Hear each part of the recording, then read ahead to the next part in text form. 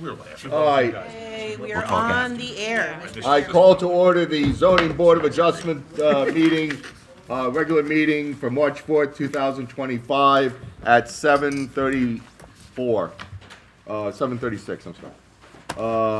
Call to order and statement of compliance. Adequate notice of this meeting / hearing has been provided by posting a copy of the public meeting / hearing dates on the municipal bulletin board, by sending a copy to the Echo Sentinel, and by filing a copy with the municipal clerk. Standard board procedures. Any meeting / hearing conducted by the board is a quasi-judicial proceeding. Any questions or comments must be limited to issues that are relevant to what the board may legally consider in reaching a decision. And decorum appropriate to judicial hearing must be maintained at all times. Meeting cutoff. Announcement is made that as a matter of procedure, it is the intention of the zoning board of adjustment not to continue any matter past 10:30 p.m. and any regular or special meeting of the board unless a motion is passed by the members then present to extend the meeting / hearing to a later specified cutoff time. Electronic devices. All in attendance are asked to please mute and turn down the ringer on your phone so that it doesn't disturb the meeting. Pledge of Allegiance. Tom, would you lead us, please?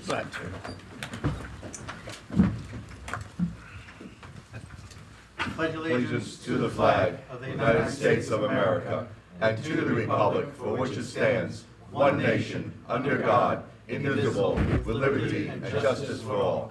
Thank you. Okay, roll call. New batteries, I hope? Good. Still die, though. Mr. Romeo. Here. Mr. Giannakis. Here. Mr. Rosenberg. Here. Mr. Watts. Here. Mr. Zadrozny is excused this evening. Mr. White. Here. Vice Chairman Grosskopf. Here. Chairman Correct. Here. Chairman, we have a quorum. All right, great, terrific. I'm sorry to hear that Alex is sick. It would have been his first meeting as a regular member. Well, technically not yet. Not yet, not yet, that's No, right. because The the township. township hasn't met canceled their yet. meeting Okay, last semi-regular. week, so, yeah, semi. He's irregular anyway. Yep. All right, we have an application before us, preliminary and final site plan with bulk and use variances. Block 10515, Lot 4, Zone B-D/PVO.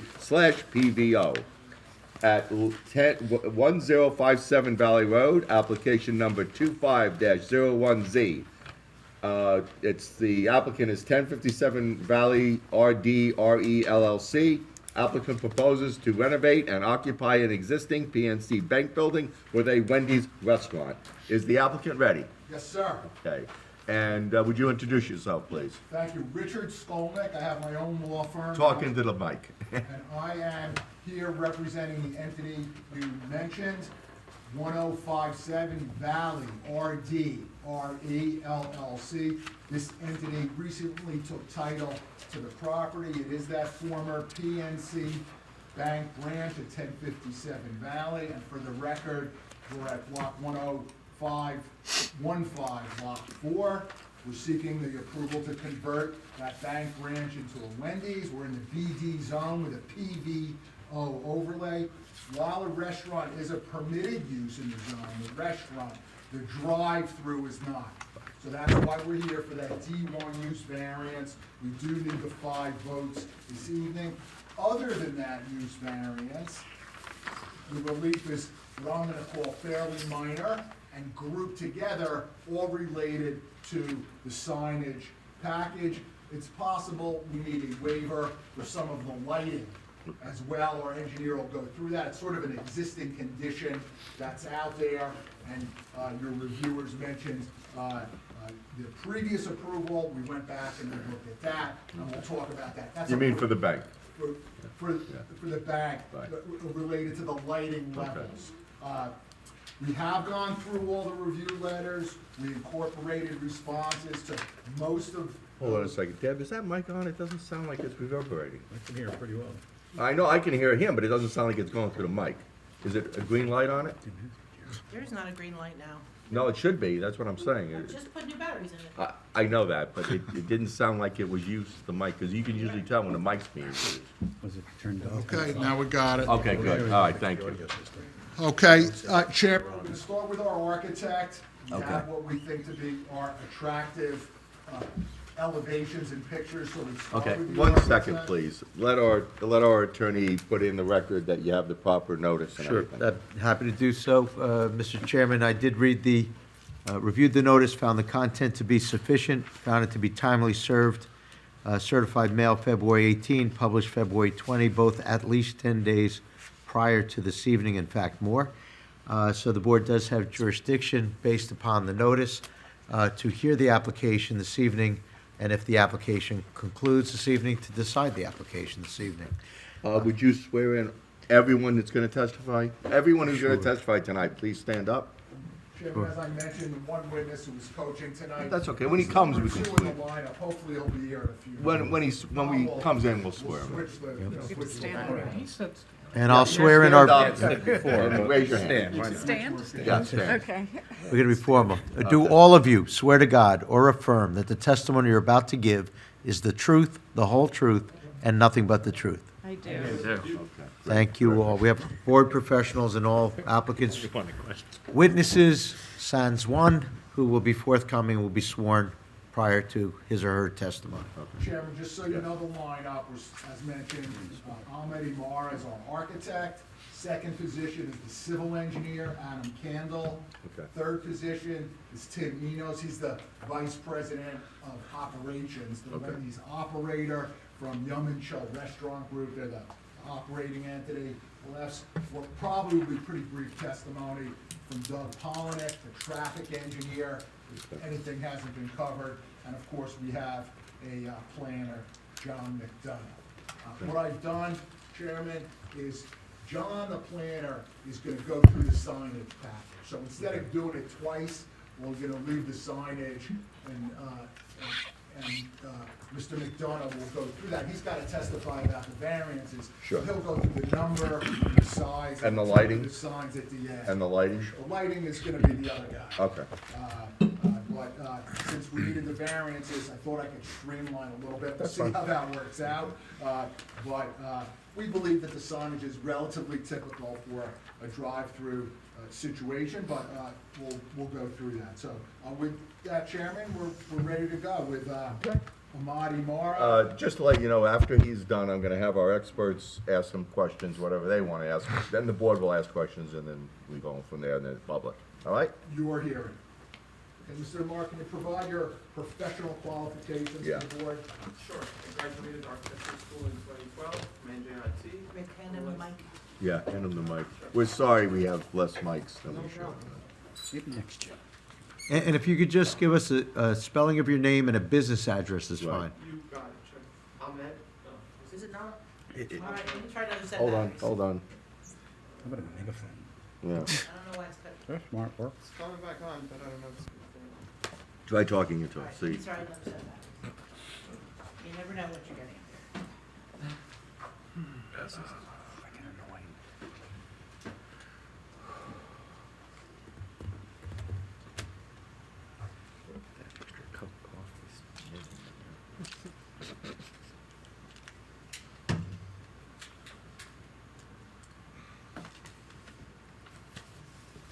Mic. I'm not getting any of it. That's not good. Not good. Is it put in, is the batteries put in correctly? And- I'm just asking. Yeah, Okay. If you put them in backwards, they don't work. That's, no, I put them in correctly. okay. I no doubt. Just asking, not suggesting. Yeah, right.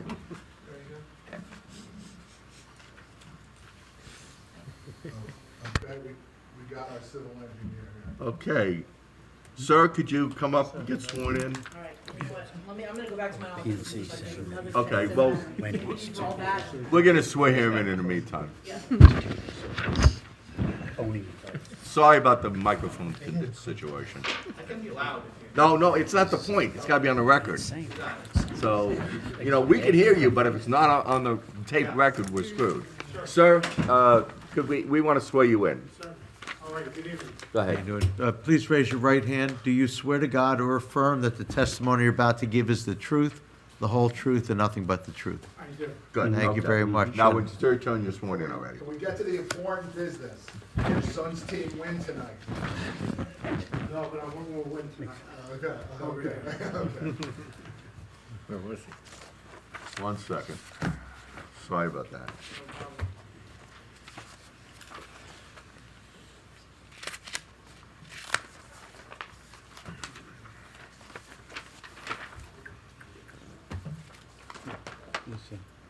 Missing exhibits.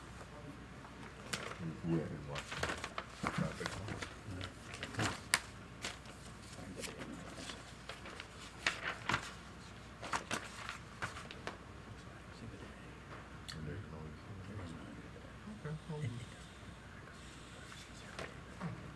I thought I saw that. Maybe it's somewhere else. Okay.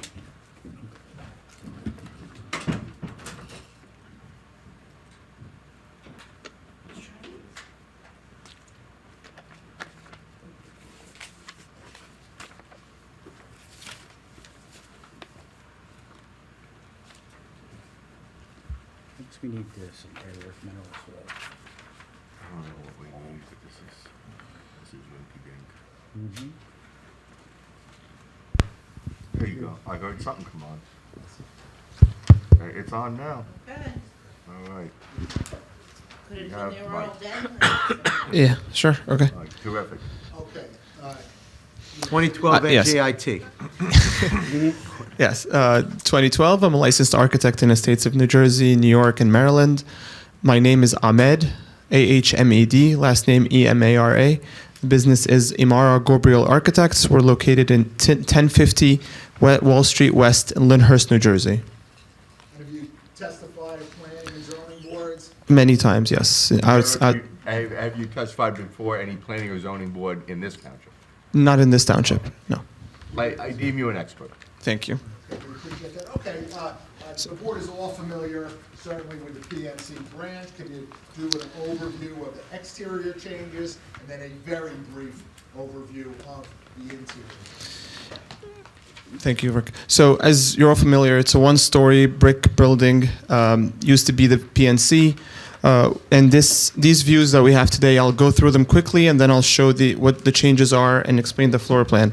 We'll just mark them Exhibit A1 sequentially. There's 3 exhibits. If any of the public want to see them, they can come up here. Yes, correct. I'm sorry I didn't do this. No problem. 2, 3. These are not in our package. No, These were prepared under your direction. correct, And yes. they adequately portray what is going to be there. And Yes, to the best of all what they abilities, are that's already. exactly what it is. And this view is moving east on Valley Road. A1. A1, correct, is moving east on Valley Road. You can see the entrance. Yes. Can anybody see it? Okay. Yes, no I problem. can move out of the way too. No problem. So this is the north elevation, which is basically on, again, facing Valley Road. The drive-through lane is what you're seeing here, which is still being used for this project. The Wendy's is also a drive-through, and you have the bypass lane in this here. You'll see the signage that's proposed is in location of what is existing today or was existing for the PNC. So facing the street, there is a signage here, and then we have the drive-through. The changes to the facade is very minimal. We don't have any really changes to the brick. The brick stays the same. Some of the windows have been enlarged to create doors, and others have been just replaced with newer windows. But other than that, there are no significant changes to the exterior. So I'm gonna put this down here, and I'll move to the next one. This is the view now from facing or looking at the building from the corner of Plainfield and Valley Road. Again, this is the drive-through lane. This will be the drive-through menu. Exhibit A2 for the record. Go ahead. Yes, sir, A2. And you'll see again the word Wendy's facing Valley Road, while the cameo, the logo for Wendy's, is facing Plainfield.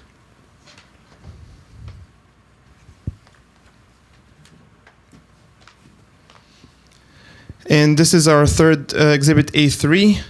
this is the view from the current parking lot and the entrance to the drive-through lane. Once again, the exterior remains unchanged, with the opening for the rear here from the back is just widened to create more opening glass and light and air into the space, with the logo once again above the entrance. With that, these are the views. They're not, again, there's no substantial change, minimal changes to the exterior. I'm gonna go through the elevations just to quickly explain Call out the. this is what's in the package in front of the board. This is in the package in front of the board. And So if I may, the colorized plans were submitted colorized? yes. Okay. And just last, as your counselor said, last revised date and sheet number for each one. Sure. When you get to it. The last revised date is December 16th, 2024. And this is sheet A2.1. And it's showing the same elevations that were reflected in the renderings. This is a window here that was used to be the same exact window for the bank. It's enlarged with a door next to it. The south elevation, again, the entry here has been slightly enlarged with more glass. This is the main entrance. And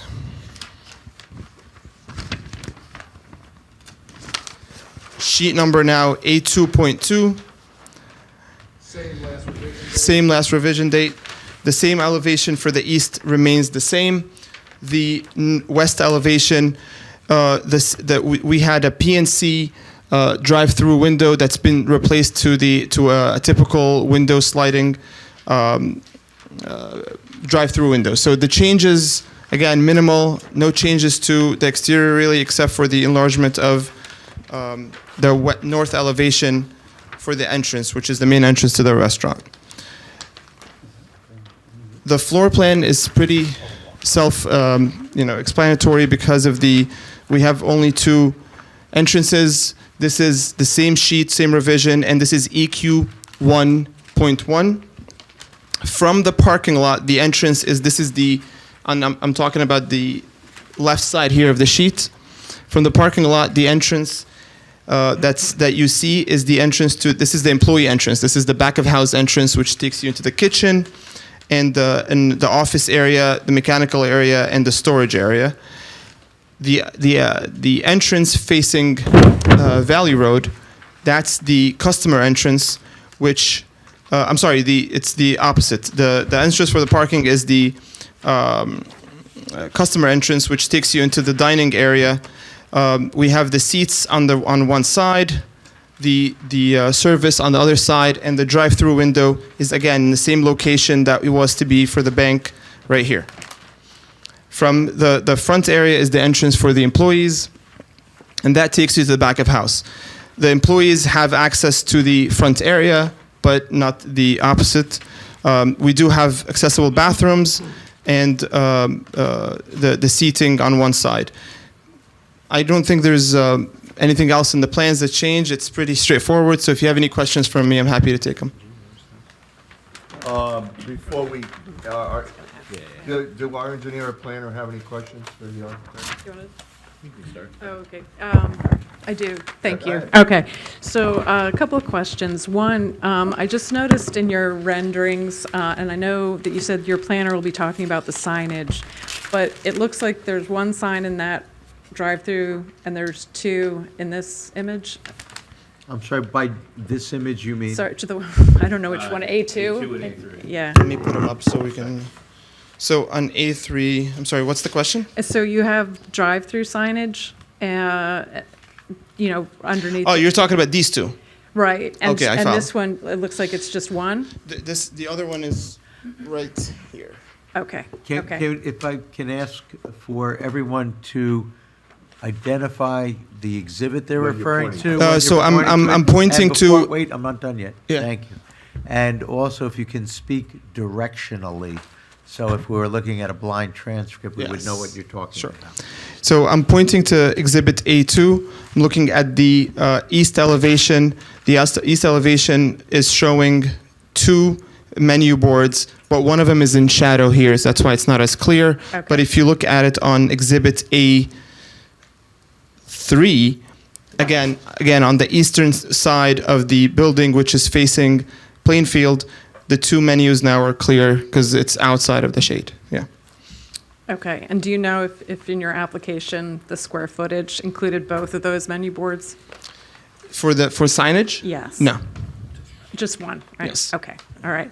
So my next question has to do with what looks like in the front of the building, you have, what is it, delivery pickup area? Yes. So can you explain how that is expected to work and how it would relate to the, the general customer entrance that might just be coming in? Hold off because the operations person is going to answer that Okay, question. okay, that's fine. How it's going to work.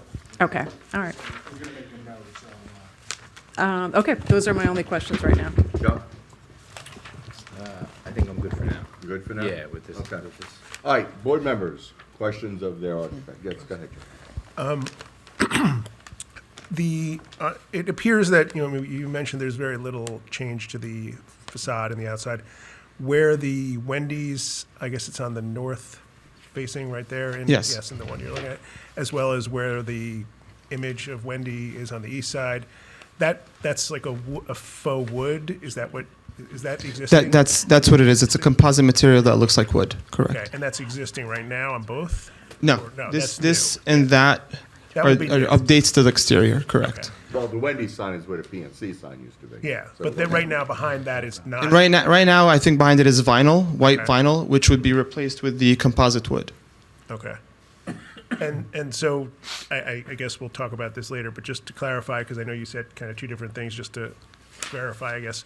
The entrance on the south side is the customer entrance, and the entrance on the north side that we're looking at Is the employee entrance. That's So, correct. again, maybe this isn't for you, maybe this is for later, but, so it appears that the employee entrance, the employees will park in the back, but have to enter, they will not be able to enter through that place, or is it the intent? They can enter from the front, which would be the south, Mm-hmm. but they can walk around as well to go to the north side, enter from there. And is there is there a sidewalk that wraps around the entire building? I don't think there is, but, There isn't at the moment, no. okay, and is that a plan to be with this, or? No, this is So the coverage that's presented is the coverage that's planned to stay. So for them to access that door, they would have to walk in the active driveway? Or walk on the grass on the side of the building. Okay, so there is space for them to walk? Yes. Like essentially behind the rain? sign, or I guess which side would they be walking on?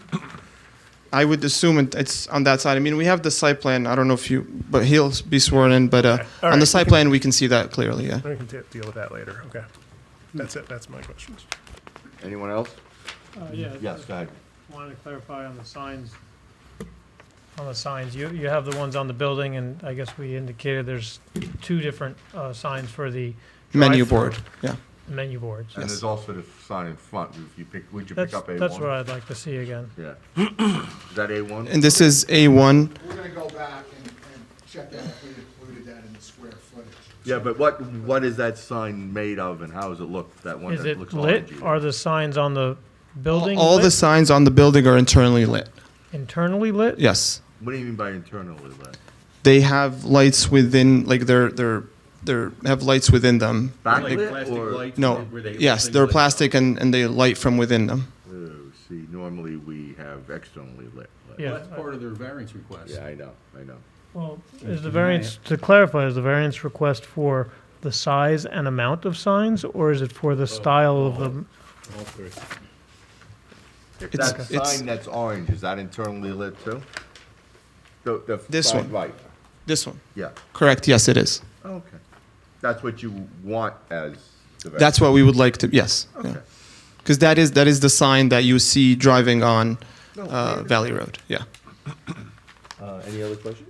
What about the rest of the lighting of the building? Would that be you, or would that be somebody else in your team? That would be someone else. Yes, on the team. yeah. Great. I just want to know whether or not that's you Yeah, or sure. somebody else, yeah. So while they're asking about signs, why don't you just give us like an explanation of all of the variances you're asking for on the signs, including the dimensions, the quantity, and the type of sign itself. So our ordinance wants a wood grain type sign with downlighting, et cetera, and you want backlit and larger. Can you just explain the current? So we're gonna try to do that just once with the planner. Okay. It's up to you, but what I was trying to express is, instead of doing with the architect. and That's then fine. with Will the planner know the dimensions and the grains of the wood and all You that stuff? you better. Okay. You fine. better, That's because fine. that's how we. Yeah, that's Sure, fine. however you want to present. It's, Yeah. you know, it was 6 of one, half dozen of the other. Sure, So I'm I fine with said, that. let's just do it all together with him. Okay. To Sounds good. expedite, instead of doing it with him and then coming back with the planner. But whatever answers you need, we'll get you. Sure. Eventually. So architecturally, what are the significant changes that you think have been made to the building? There are two significant changes in relation to the building, but they're still minor in general because the building has, largely stayed the same. The wood grain material that's on the east and south, on the north, east, and south facade, and the window that is right here. This is the entrance, employee entrance. That's facing the Valley Road. On Exhibit A1, I'm pointing at. This is now all glass versus some solid and some glass. That's really the changes. That's sort of the back facing Valley Road, but the employees could walk through. Right. It's the back in terms of how you access the building, but it's the front facing to the street. The employees could come through the customer area. They can. What is there now where that door is? Is that just a window presently? It's a door and a window right now, Okay. but with muntins. Right. As So in- it's like a security door. It doesn't look like a security door. No, it looks like a. I mean, again, I guess it's the same exact dilemma that they had, which is they're facing the street. This is their main facade, but it's not their main entrance because Right. everybody's coming So from that, the back. That was the bank's employee entrance anyway. Yes, that was the employee's entrance in there. Okay.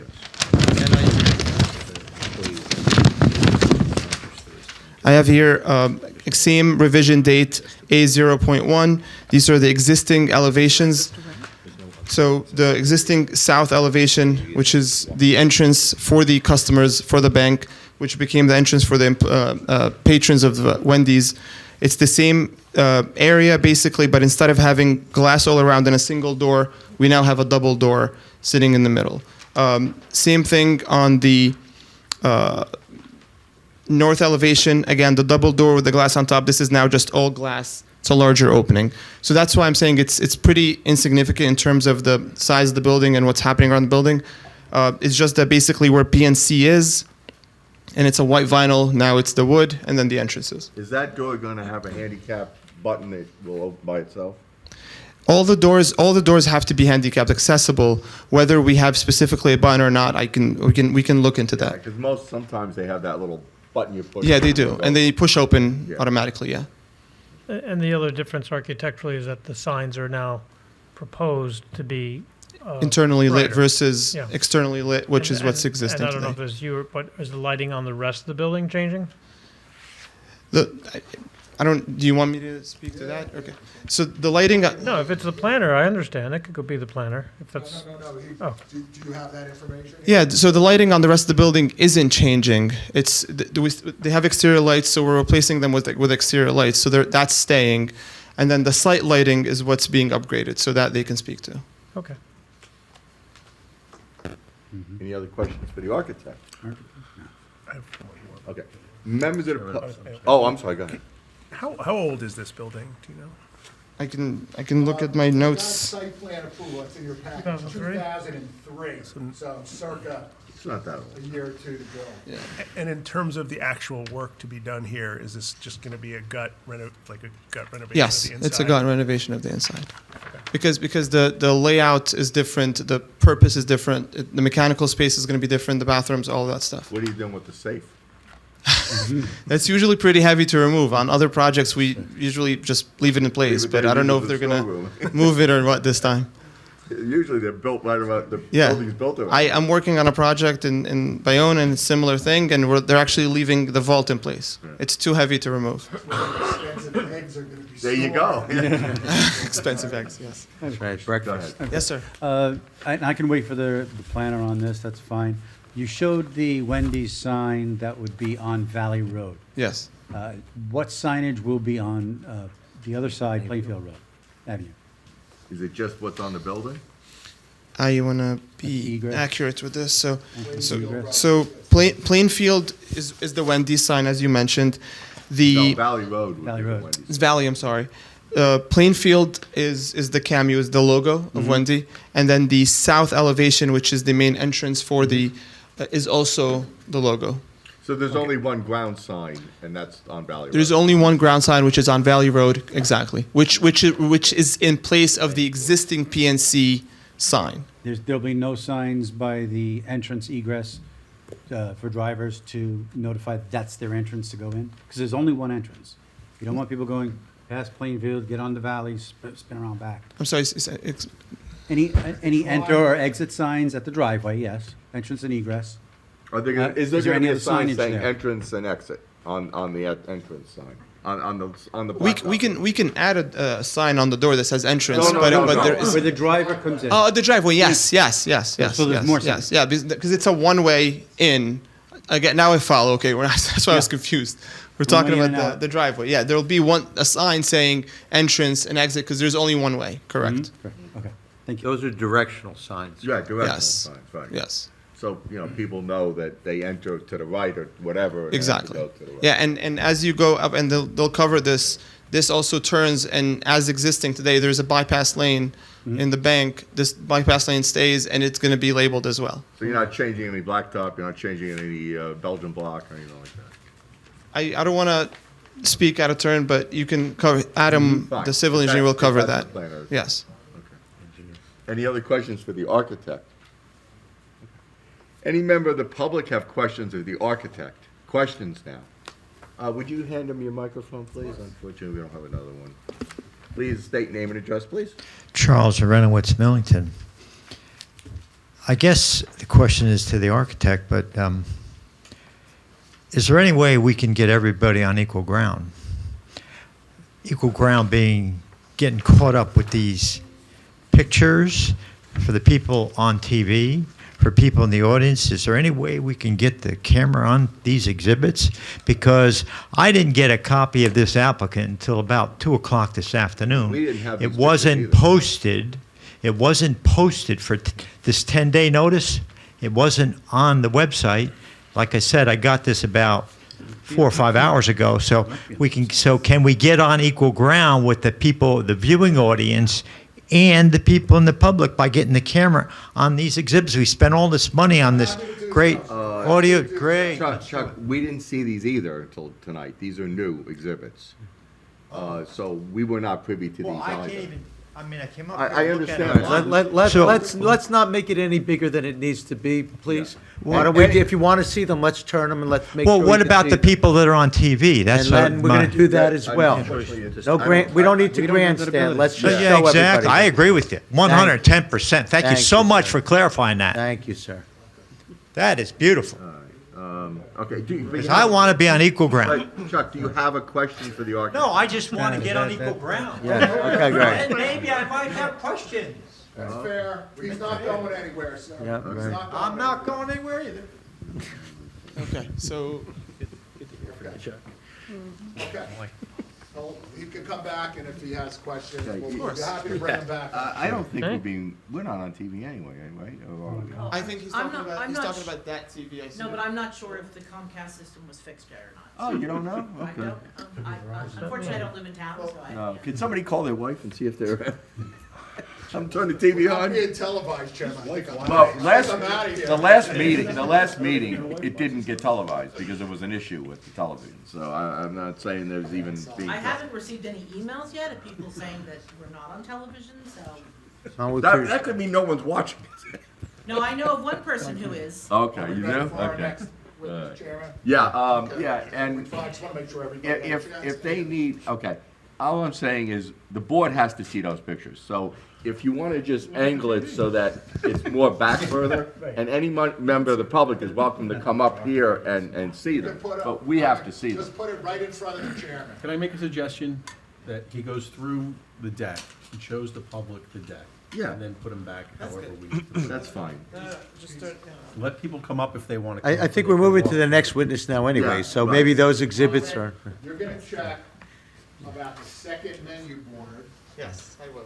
to see if we Yes. have it right or made an error in the calculation of the square footage.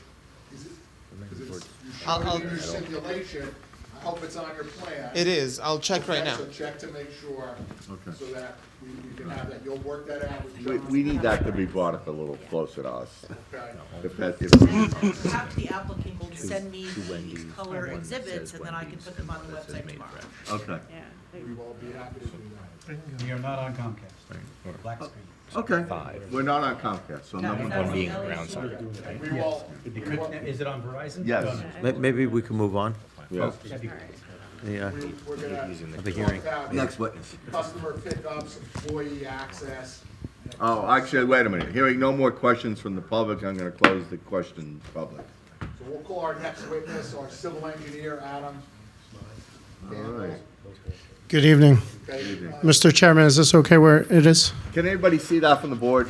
Can, Sir? guys, can the board members see come that? up I just want to make sure. and take this chair, because he's standing. So we're gonna, Chairman Maggi, Be my guest. I've done this once or twice. Okay. There you go. Look at that. About right here. Is that okay for the board? No?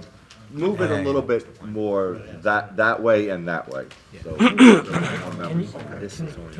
right, good. Can everybody see that? Can everybody see it? Is that okay? Chairman, he was previously sworn. Yeah. Right? You Right. were sworn, just wanna make sure. Oh, just go through your credentials so we can.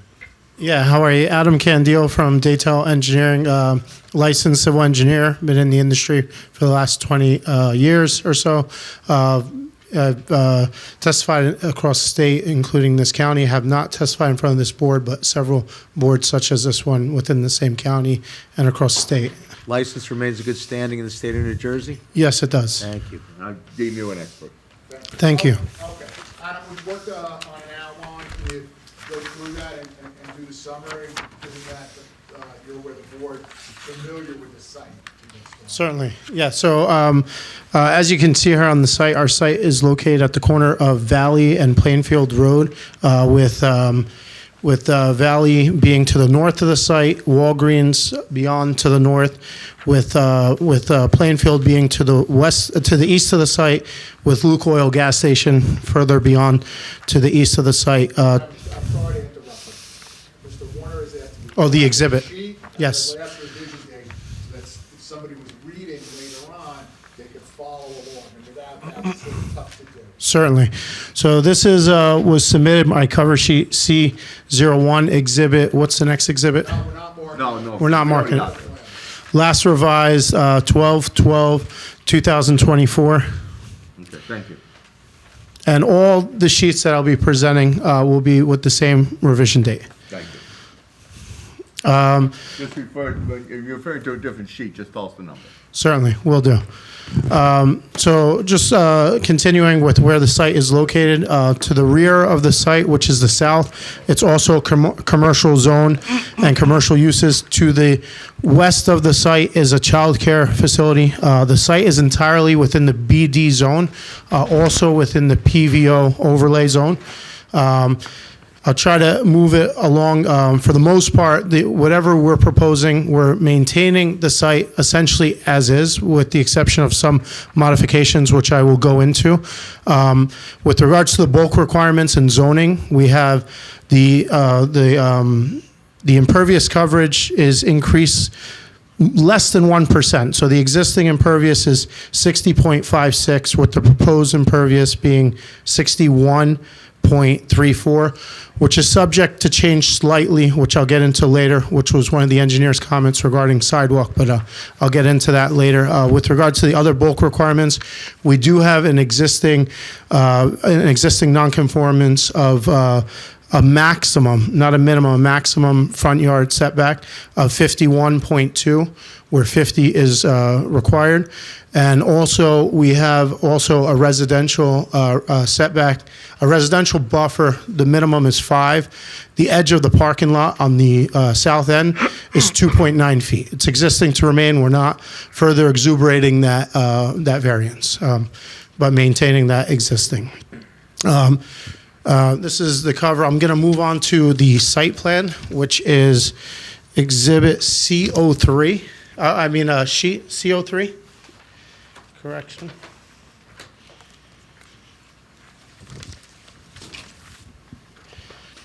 Yeah, so as we go through it, we just, we had, the first one, we had slight curb modification right here, just to expand the throw of the drive-through, just to allow vehicles to more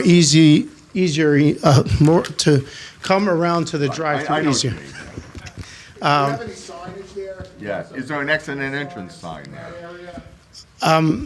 We just have a stop sign there, but I think the architect was suggesting that there may be a sign there, but we're not proposing a sign there currently. Certainly could do it if it makes some sense. Yeah, I think it might. Sign to let people know. And you have Certainly. arrows, like you have an arrow. Directional arrows all throughout. But it would be good to have an exit and entrance sign too. Certainly. So we'll have the directional, and then we will add an enter and an exit sign there as well. Additionally, there was a trash enclosure that was there, but for the use that we need, it needs to be just a little bigger. So the PNC did have one, but we're expanding it. The trash enclosure we have here is 12 foot deep by 20 foot wide. And what was it? Before, I think it was, have to look, it was about 10 by 10. Okay. So we're expanding it wider, not deeper. Additionally, the ADA pavement markings, we're now meeting, the code with an 8-foot aisle for the ADA parking. Another thing that we will agree to do, which was on the engineer's report, was to extend. So right now, there's a handicap curb ramp over here where it says depressed curb, which is, if you're looking at the parking spaces to the right, there's a depressed curb there. Now, we would be centering that, and we would continue sidewalk to the end of the handicap parking area over there. So that was a recommendation from the engineering, and I think we'll do it. So that'll be slightly additional impervious. I think I calculated it to be about 150 square feet more, plus or minus if it was 6 feet at 24 wide, but less than 150 square feet, which would keep us still under the stormwater and under the limit of disturbance. Additionally, as the architect has, Would Yeah. that also keep you under the maximum permitted impervious coverage of 70%? yes, yes, it would. That's still conforming. Sidewalk be- That is still conforming. Thank you. Thank you. You're welcome. So you're actually, by doing that, you're making the handicap more accessible. You're making it easier. That's correct. I guess it's an untraditional way where it is that Right. it'd be hard to get into if a car was parked in that handicap spot. I guess it's working. It was probably a retrofit, but we would make it more of a conventional curb ramp Okay. over there. Drive-through and the order signs, I'm not going to go into as much. I think signage was already discussed, and I'll leave that also for the planner, as well as the ground-mounted sign. So we're proposing a ground-mounted sign in the front here. Again, I'll leave that for the planner, but just want to show as the changes that we're making in total, and then also the architectural and building facade, which the architect has spoke to.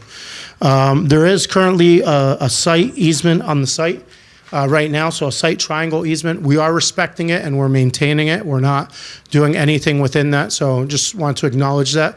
That was something that was passed with the PNC Bank in 2003 with that application. The county required that at some Yes, point. yes. And so that's being maintained. No impact on that site. No impact on that at all. And then also the existing curb cut. So both roads are county roads, Plainfield as well as Valley.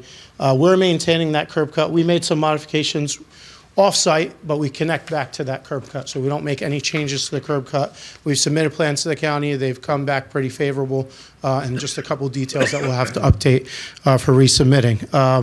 And then also with regards to the bypass lane, we are maintaining the bypass lane. That is something as part of our circulation, that we're maintaining the bypass lane there. That also came up in a review letter. Speaking with operations, they would prefer to keep that there, just for the customer intuition.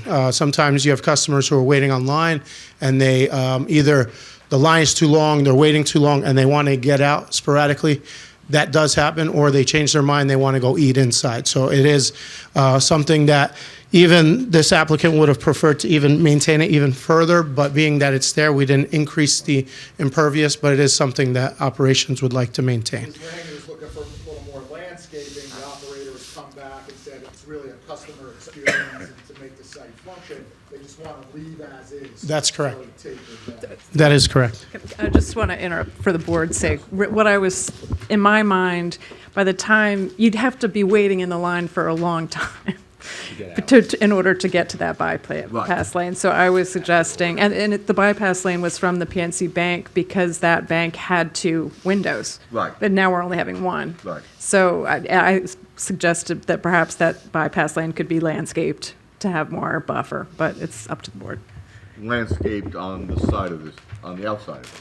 Yes, I mean, or get rid of the bypass lane, which they're saying that they don't want, but, I would rather not get rid of a All right, bypass lane. okay. Because if, for some reason, yeah, you want that bypass lane, 1 for emergency vehicles and 2, just in case somebody wants to get out. all right, The by- okay. Just Yeah. to understand, the bypass occurs after the menu board Right. decision and after a couple more cars of queue length until you get around the building. So the bypass lane isn't accessible right away then? Right, so if you've For a while. entered into the drive-through, you will sit through the queue until the point of payment to bypass. In that case, it really isn't a bypass. And then you have to ask the question too, if this was a fresh, clean slate to begin with, would you design this application with a bypass lane? I mean, do you have a bypass lane in any other restaurant? Most restaurants do have a bypass They do? lane. They do, yeah. Okay, so that's a thing, you need that. Yeah, that's correct. Would you put it after the menu board and after you paid? We would actually prefer to continue it more around the building if we could, but we also, because of the site triangle, we didn't want to venture into that, but we would prefer to even expand it throughout. What happens here, if a car's stuck or stalled here, a vehicle at least could come and bypass it over here, and then all these cars can continue to bypass through that lane. So if a car was actually stopped or stalled there, the remaining vehicles can still get around it, going in, especially because there's no room for a turnaround or even a K-turn here, they would have to continue in the direction of travel. So it assists from that aspect of it. Just a clarification. So I know there's one primary window that would be where you delivered the goods. Is there a second window in case somebody is stuck at one window? So, yeah, there are 2 questions, and I'm gonna lump them together. So, if somebody's waiting on the order, and sometimes you see somebody's at the order and they say, "Sir, or ma'am, sir, give us a few minutes. We're gonna prepare the order." They will walk out through the south door over here, and they would have a car would be still parked here, would be able to be parked here at the edge, where the next vehicle behind it could still be at the window, and it could pull up slightly. Now, in the event that they took longer, they would wrap around and then park. But the other option, the other thing that we will get into, and also was on, I think, the planner's report, was regarding the mobile and the pickup orders. So that's also another thing that is happening much more. And although it was omitted on this plan, typically on the new build-outs, they reserve 3 spots for those mobile pickup orders, which you're seeing more often, Grubhub, DoorDash, and so on. So the window would be right here in the southwest portion of the building there. So they come out to service this car who's still waiting in the drive-through, and at the same time for the vehicles, which we would designate these next 3 spots beyond the handicap to be the mobile order, they would come right in through this door and be able to pick up a mobile order directly. We'll have a little more on that with the operations person, on how it comes in, large orders, a legitimate concern, you're gonna get a testimony, and most of those get sent in electronically, the larger orders now, so they have a methodology. So before you continue. Certainly. To the benefit for your parking calcs, the 21 that are provided is over the 16 required. So if we add the 3 that you're speaking of dedicating on top of the 16, we're at 19. We still have a +2 for the board to understand. Okay. So Appreciate it's that. still within their. Yes.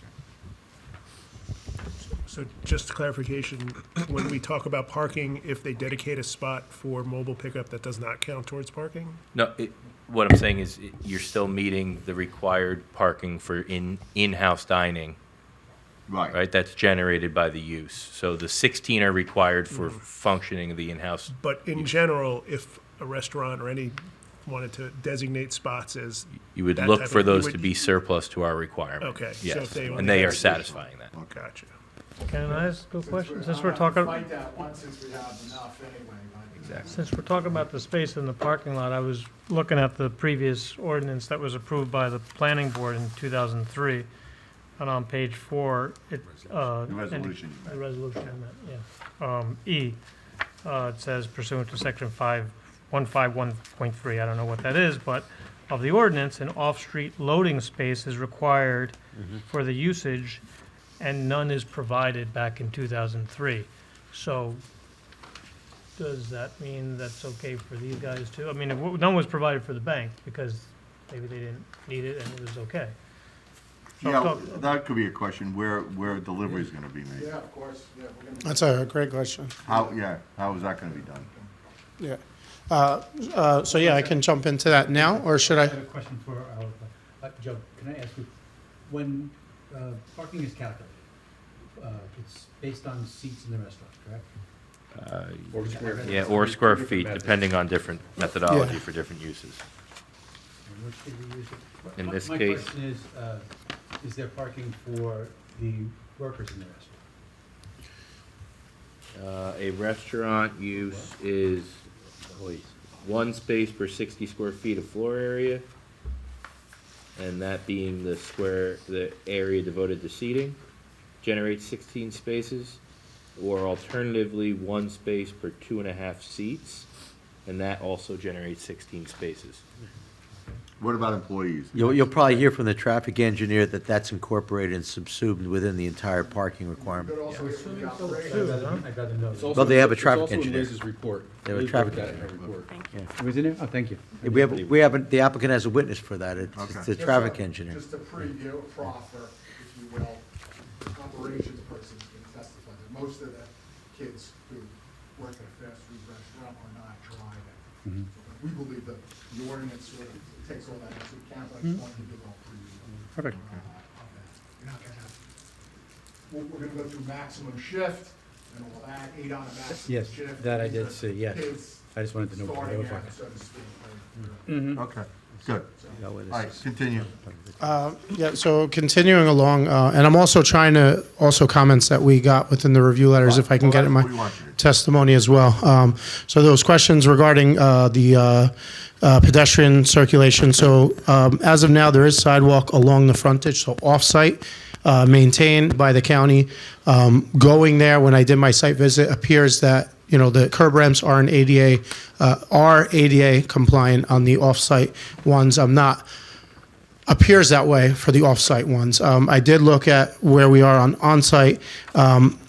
I think by putting the curb ramp here, as we discussed, and continuing that sidewalk out to here, I think that would help for circulation. And there was also the question about getting from the back of the site to the front. So what we were suggesting was putting a crosswalk across the island from prior to the stop bar, and then continuing that going just to get to to get patrons to the opposite side of the travel way, so that they're not standing within the travel way when vehicles are approaching. Right now, I mean, the first response was that it's currently being utilized, and the pedestrians are currently coming from here or there, but we want to further enhance it by putting in these crosswalks. So that was something that we would put in if that's something that the board engineer would concur with. Would you go over exactly where you're putting those? Yeah, so from the backside, bringing a crosswalk here. Those back parking lot. Correct. So you have cars coming in Right. and coming here, but you have a crosswalk so that the vehicle can come, so that the pedestrians can come from these back parking across here, and then also coming across Over to the sidewalk. to the side. Well, there's not sidewalk there, but just walking in the travel way. Okay. So that would indicate to drivers that there's a potential for pedestrians to be. Correct. To provide a stopgap for pedestrians to be able to cross that area. So it would essentially be pavement markings for protection of pedestrians in the drive aisle. In the travel way. So as opposed to not necessarily a crosswalk with a ramp, No, I right, and understand what you're connectivity saying. to sidewalk, just. All it is notice to drivers that there's a Yeah. potential people going to be Correct, walking there. correct. Yeah, and we could figure out how to work out the appropriate Okay. pavement markings for that. And if you need other signage too? Yeah, pedestrian crossing. Like, for example, perhaps Signs or whatever. some form of Pedestrian. yield to pedestrian Right. at the exit of the drive-through before you enter into the drive aisle area. Right, yeah. Yeah. I don't want to steal any thunder. We No. have a traffic engineer here, so. No, I understand. All good ideas are welcome. So you were on the sidewalk that you were looking to add, so that, just to clarify, would be a ramp into the hatched area between the two spaces, and then following behind the sign, the ADA signage, a continuation of sidewalk to get to the existing sidewalk. Correct. 6 Right. feet to maintain at least 36-inch clear. And then, when you prepare that revision, I think it would help to have an inset detail into your detail sheet, just to show dimensional control for the existing pillars in the front, and making sure you have 4 feet clear for ADA accessibility. Certainly will do. And then, so these were the modifications here on the site plan. If there's no questions on this, I would move actually to truck turning and vehicle circulation. And for the benefit of the audience, I'm just going to turn this way.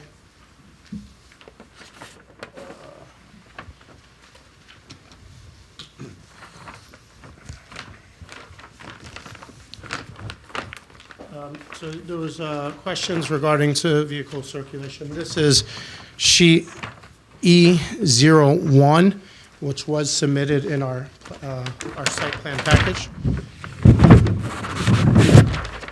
And this shows the delivery truck circulation. This shows also the refuse truck, ambulance, and fire. Fire, we did not have the ability to circulate a fire truck on the site. It is our understanding that's currently being serviced from Passaic Valley Road from the street itself. And it doesn't come on and circulate as under existing conditions, nor did we think we would be able to. And you know, the applicant does know that this is a tight site, but it's an existing, especially with regards to the fire truck turning. So that's the only thing that would be servicing from off-site and would not have the ability to circulate on the site. But these were the exhibits that were submitted. The applicant does know that, you know, based off the constraints of the site, they're going to have much more frequent deliveries in a smaller vehicle, which is a box truck, based on the constraints of this site. So that was submitted. If there's any questions on that, I don't mind answering them. I do. Okay. Can you give an estimate of what time of day those trucks would be coming in, and how many times a week, and how often each day? Yeah, operations will speak more to that, but my understanding in talking, and I'll look back in case they correct me, but it will be definitely after hours. So it'd be within the time of midnight to 6 a.m., and also 3 times a week. So, and it would not be when anybody is there in the restaurant, inside the restaurant, or dining during that time. And We gotta coordinate those times. Correct. We'll hear from Mr. Munoz on that to clarify. Okay. So that large delivery truck is not gonna be blocking the drive-through while there's patient, customers there? No, and typically when we do our truck turn, we don't allow it to go on the parking, but in this event, there won't be any cars parked there at that instance, so it can utilize the parking because it will be after when the restaurant's closed. And can you speak to trash removal? Yeah. Trash removal, we show on the exhibit here, so they would come here to the trash enclosure here, they would have to back into this middle aisle, and then they could make that turn to come out. And that, the same, but the trash occasionally does occur during, occur during daytime, but certainly not during the peak time hours. So that's usually coordinated with the customers, but it's not during peak time. And that's a front loader where it comes in? A front loader, that's correct. We'll have some testimony on how long that takes. That's typically, you sort of have to work with your vendor on that. You talk to your trash company, and, you know, they're not gonna come at lunchtime or dinner time, but maybe. They probably don't wanna do that either, right? They don't wanna do that. So it's not something you can sort of pre-program, because they have their routes, but things work out because both sides, that's, doing a lot of hearings, is sort of the normal course. And does that happen, how many times a week is trash removal? Twice a week. We have a proffer of 2 from the cheap seats. Okay. So Twice a week. staying on the trash removal. Yeah, certainly. For that circulation pattern, the enclosure is opened and the forks go in. There's no need to move push it out or yeah. anything? So the circulation pattern works with directly front access and then backing out, and then K-turning around. That's correct. Okay. No physical movement of the No physical container to Correct. Except for associate. up and into the Correct. truck and back down? Yeah. No, Correct. but no employee has to Push it out. support it or anything. Okay. No. All right, No. and then the deliveries, so the deliveries are through the drive aisle to the rear, right, to the employee entrance. And then the height of that delivery truck, The height of that delivery truck is 13 feet, 5 inches, 13 and a half feet. okay, so there is then an architectural conflict with the awning, and They're not- Oh, they don't go so they're that gonna far. back out? They don't go that far If you around. notice, the truck comes in, backs into the drive-through, and then pulls out. Correct. The Oh, front okay, wheels- all right, Yeah, so it they're doesn't- K-turning as well, backing down the drive-through, That's correct. unloading in the open area, and then, okay, Yep, understood. You need to walk me through this. yeah. I'm not, sorry, forgive me. Please walk us through how this truck is gonna make the delivery. This You have truck? the plan, please walk us through it. I'm not getting it. Okay, so the truck comes in. How about go the front, use your finger and say, the front of the truck is here, and walk us through. The front of the truck is here, going On- northbound on Plainfield. Thank you. And it makes a left turn into the establishment, continues straight, it parks temporarily in this area where my finger is here, which is in the southwest corner of the parking lot, and then it backs into the drive-through area, and then does a K-turn, and then backs out. And it does the unloading when it's in the drive-through area? That's where the- It does the unloading actually over here where my finger is by the refuge area. How does that make any sense? The building's all the way over there. That unloading operation will happen by hand. That would happen by hand, cart. All the way down the full length of the drive-through. That's correct. To the rear of the building. Well, That's correct. what is the front of the building on Valley, but to the architectural rear of the building. That's correct. And that was in conversation with operations, and they understand that it's a long, When that truck comes, it's off hours. That truck's never gonna be there when the store's in operation. that's correct. That's fine. That's your problem. So long as the patrons aren't gonna be Affected. and that's something that you'll put that in writing, right? That truck will not make, because that's Correct. really tight, guys. Oh, I know. That's really tight. I mean, So- if But it'll there's, work if there's nobody there. right. And if I anybody's mean, there, forget it, not gonna work. it's just the truck driver's gonna have to be doing a lot of walking. So what are the consequences if it happens during regular operating hours? It'll cause the whole restaurant to come Yeah, to but- screeching halt. That's true. And people can't leave. What consequences are there for them? Well, that would affect the whole customer experience. I mean, that's not something that the operator would want to do. I mean, they want to certainly coordinate around that. Obvious safety concerns that causes for me. You know, you can't get police or Certainly. fire, that brings this whole thing to a stop. And the deliveries would you're saying they would happen off hours, but they happen in all kinds of weather? You can't count on the weather being No. cold or raining or sleeting or That's hurricanes? or- how it is today. All But type they of don't weather. have, you know, I don't know, 50, 75 feet to walk to deliver the stuff, right? Well, Well, you're that's talking about the fact that the guy from the truck to the front of it, to the Truck driver door. may be a little cold. Yeah, well, Okay. okay. I Well, just want them to be safe, as too. long as you're not putting patrons or cars in jeopardy, that's fine. I would say that, is this something that we could reasonably ask for a condition, if should this be approved, that it's a condition of approval that the loading for the restaurant, from this truck, only can occur when the restaurant is not serving patrons? Right, it's closed to patrons, right? I thought they said deliveries That's the- between midnight and 6 a.m. Yeah, which That's is, the only time I feel it's safe. Yeah. Closed is one thing, we gotta Yes. clarify the hours yeah, of the Right. operator. okay. Understand only when Yeah. the restaurant's closed. yeah. Yeah, Whatever this time that isn't is. on a safety issue. We're not disagreeing. We're Okay. we're cognizant that, The applicant is fine with that. I have a question. Yes, certainly. Was any concern given to, I visited the site, I live in the area, of course. I noticed like Burger King, Taco Bell, a lot of landscapers, trailers, tree guys have trailers. Now, hypothetically, a landscaper's coming north on Plainfield Avenue, turns left into the parking lot. He has a trailer and a pickup truck. What does he do at this point? He's having a bad day. Right. What And happens a to lot everyone of your else? business will be, yeah, that's a problem. A pickup If truck. you notice Burger King, they're able to pull in. Taco Bell, they're able to pull in. They're actually able to park. There's enough parking, and they're actually able to pull out without having to turn around. Is there any way you could reconfigure this parking lot to help these guys out? Because most of your business during the day, with the trees guys and landscapers in the area, Harding and all these towns, there really isn't a place to eat. This will be the only place to come for fast food, and a lot of your business will be pickup trucks with trailers. Yeah, they would have to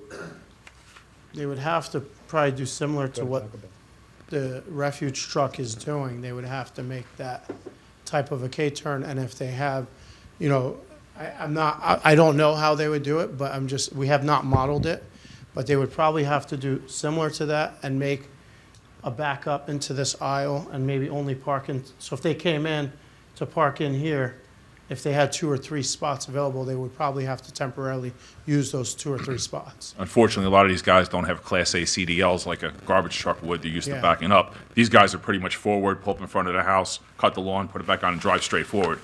You're looking at probably accidents happening and things like that. I wish you would reconsider something. Maybe you could take out some curbing. Would or the- We something. have our traffic expert, let's see Yeah. if he has any ideas on Yeah, that. yeah. Great, that would be great. perfect. That's a And good Yeah. point. I would just ask one thing, in doing that, would the board be open, because we currently have a site triangle easement here, would the board be open to having, at that instance, again, the site triangle, we're meeting the intent, there's nothing permanent staying there, but if that was used as a continuation of a bypass lane or expanding the bypass And then lane. have a box truck or something there blocking the The back wheels would jump the curb and That's it'd a never huge make safety it. issue. Picture a 50-foot truck trying to make that turn. You Well, no, can't not do a it. 50 foot, I'm couldn't talking block about the just like a trailer, you know, with a pickup truck with a trailer. Well, pickup truck's 24 feet, Yeah. roughly. I know because I have a Yeah. full-size pickup and I own trailers. And the trailers are roughly 25 feet. So with the spindle hook connection, you're 50 Yeah, feet. those are Yeah, large ones. you're I'm 50 feet. talking You're about never small- gonna, you're yeah. never gonna make that turn No right, matter even what if you it's put wider. in the site triangle, you're still blocking the view, and that's the whole intended purpose. Yeah, so of it. before we get into our board's position on parking or utilizing new space in the site triangle, we'll defer to the county since it's their jurisdiction on both roads of their Okay. opinion of the site triangle. Certainly, So when you have that approval with them, then you can bring that to this board. certainly. Joe, can I ask you a question about the county road? And we're talking about trucks moving around. I don't know if anyone's noticed on Plainfield Avenue, all the Belgian block is popped off of there, that the trucks, that the normal trucks, I don't know if they're the pickup trucks with the trailers, but They all jumped the curb. they all jumped the curb. I mean, it looked like chiclets all over the road, you know, so it's a tight corner even just to come into, and you're not going into the drive-through trying to get something to eat because you're hungry. What? Yeah, That's a county Well, question. since you mentioned county and They're check not with willing them. to do it. We've asked them to put in the slanted curb at Poplar, my shop, right where that Yeah. happened, and they just, no. Try it again. So is that a question for us? It's not an or is that applicant. Well, you're the, a general it sounds like you're the comment? ones that Not are an talking applicant to the question. county because you're trying to, do this Not an here. applicant question. So, We're not up to that yet. We haven't. We just sort of left it, so. Okay. Were you looking for a response from us? on No, that- no, on no, that no. curve? He was asking I'm for looking engineer. for where does it get addressed? From the township, which has tried, or an applicant who's also trying to get something put onto this Not the area? applicant. No, because they don't go as far as that road. They can't control that. You know, liaison to your. Start with the council? mayor. There you Liaison go. to your council, maybe? All right. I don't think that's for us. Go ahead and continue. Well, I was going to continue with parking. I think the engineer also went into it. So the required is 16. We have 21, which is both existing and proposed. ADA access. We talked about extending that sidewalk there. Additionally, for the EV, that came up in the review letter, wasn't required, we're under 25. The mobile pickup, I discussed that. Stormwater management, we're exempt from both, exempt from DEP as well as the township ordinance, section 146. Utilities, we're just going to have, see if I can bring the site plan back. Utilities, we're just going to have one. So right now, the site is currently serviced by septic. This was, PNC Bank was currently serviced by septic. They did have, because I guess there's a band and there still is, and they had a sewer lateral. I don't have it here. Pull out the sheet here. Same sheet that I had before, just going to show it visually. But what is it? C03. Thank you. So essentially, before there was a sewer connection that just stopped midway in the drive aisle, and that was for a future connection. In talking with New Jersey American Water, they would prefer to give us a connection on Plainfield rather than Valley Road, just because of the constraints and the other utilities. So that is something, and they did say based off the flows that we would not be restricted, or the moratorium would not be, we'd be exempt from the moratorium and would have the ability to make that connection. So that was something. Intending to? Yeah, so that was something that came up. And then also for the benefit of this board, PNC, when they came in 2003, they do have an underground stormwater management facility that will remain. And the increase that we're doing is so de minimis that it would not require any additional stormwater. So I just wanted to bring that up. Water service, that was one of the issues raised in the review letters. We got that from New Jersey American. I guess there's water there now. There's currently water there now, public water. So the existing septic, where is that on the site? The existing septic tank, if you look on this plan, that dash line in that sewer easement, the site triangle easement, and then the other cleanouts and the manholes are in the front. The front of the north portion of the property and the north yard of the property between the building and Valley Road. Now, if your intent is to hook up to a sewer system, what is going to be done with that septic? That would be abandoned in place. It'd be How is it abandoned? So it'd be filled, so in accordance with the health department, so they would seek all necessary permits from the health department, and they'd abandon it in place rather Fine. than I just wanted you digging it to out. say that on the record, so we know Certainly. that's how it's gonna be. Appreciate that. Can I ask a question about the pavement? Certainly. Are you repaving it? At the moment, they were just looking to restripe as needed, and I think just restripe as needed. Is the condition of the blacktop in decent condition? It was in rather decent condition.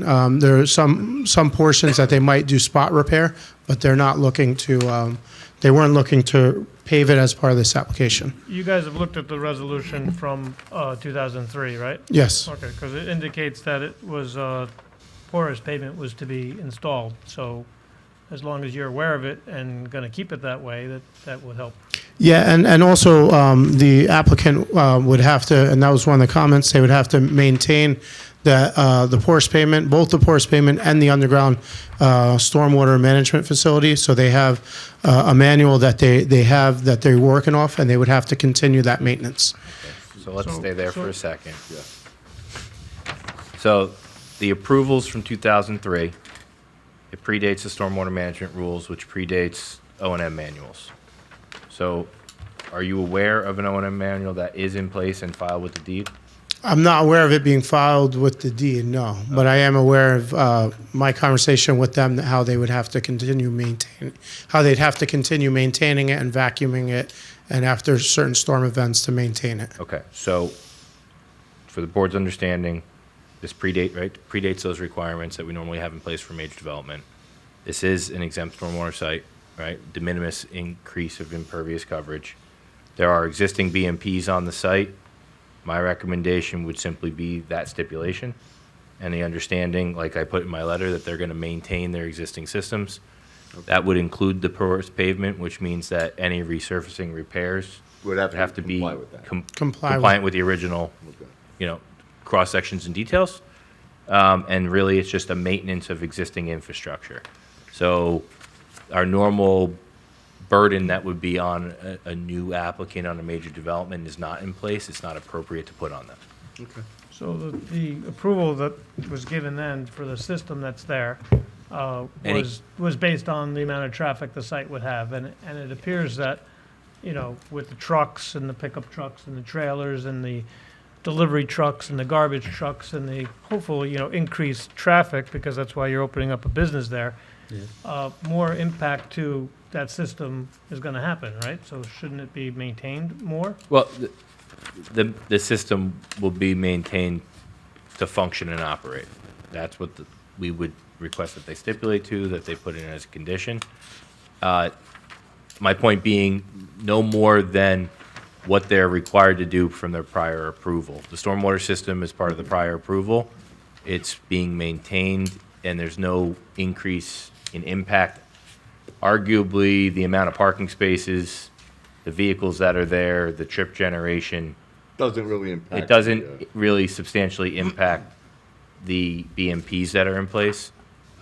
Perhaps a little bit more loading of potential liquids that might spill from the vehicles. But that, as far as rainfall. The rest of runoff, it, it's right. all gonna stay the same. It's all operating. So maintaining the porous pavement so that it percolates is really like a vacuuming and cleaning type of exercise on the void space. My point being, there is no O&M manual in place, so there's nothing to hold them to specifically. Other And the than site it should be is, functioning. this application is an exempt stormwater application, so there's no additional burden for us to place on them that's directly related to any other relief they're seeking. This one's exempt because the other one was exempt. No, this one is exempt because it's not making any further improvements, and it needs to be reviewed under our current ordinance. The prior application was reviewed under the ordinance at the time and state regulations at the time, which predates the 2004 stormwater management rules, which is essentially our day zero of what we consider our modern stormwater management. NHO, then you're saying that there would be different standards. If it was built, By scratch. if it was built 4 years later, it would have an O&M manual in place that clearly defines their operations and maintenance of those BMPs, and they would have deeded responsibilities. They're stipulating to similar responsibilities without the deed restriction. Okay. It sounds like some of those things were actually put in, Yes. like a review engineer or by proposed regulations. Right. Some of those best management Somebody had. Yeah. practices are in place, in fact, even though they're So they're grandfathered pre-2000. Exactly. So you're comfortable stipulating to good engineering practices for maintenance of those facilities? Certainly. Yeah. Okay. And that's, my point being, that's really all we can No, thank stipulate you. to them and Thank require. you. I got it, thank you. Any other comments from our experts as to this? To this specific issue or? Yeah, any issue that Okay, all right. Any issue. I just had a couple of questions that are in my letter. Do you have? Page. God. Page 10 of my letter, item 10. Do you have any information on the sound volume or anything having to do with the ordering system for the drive-through? Or will you comply with state noise standards at the property line? We would comply with state standards. Okay, and In then. other words, we don't want the neighbors to know what they're ordering. Then on my letter, page 10, item 12, and maybe this was a question for the architect, but it may be more engineering. What kind of mitigation measures are there, building systems in place to contain odors and smoke? You gotta come up. And hear you. We will have a fully functioning HVAC system in the building with mechanical exhaust, so everything will be collected within the space and exhausted.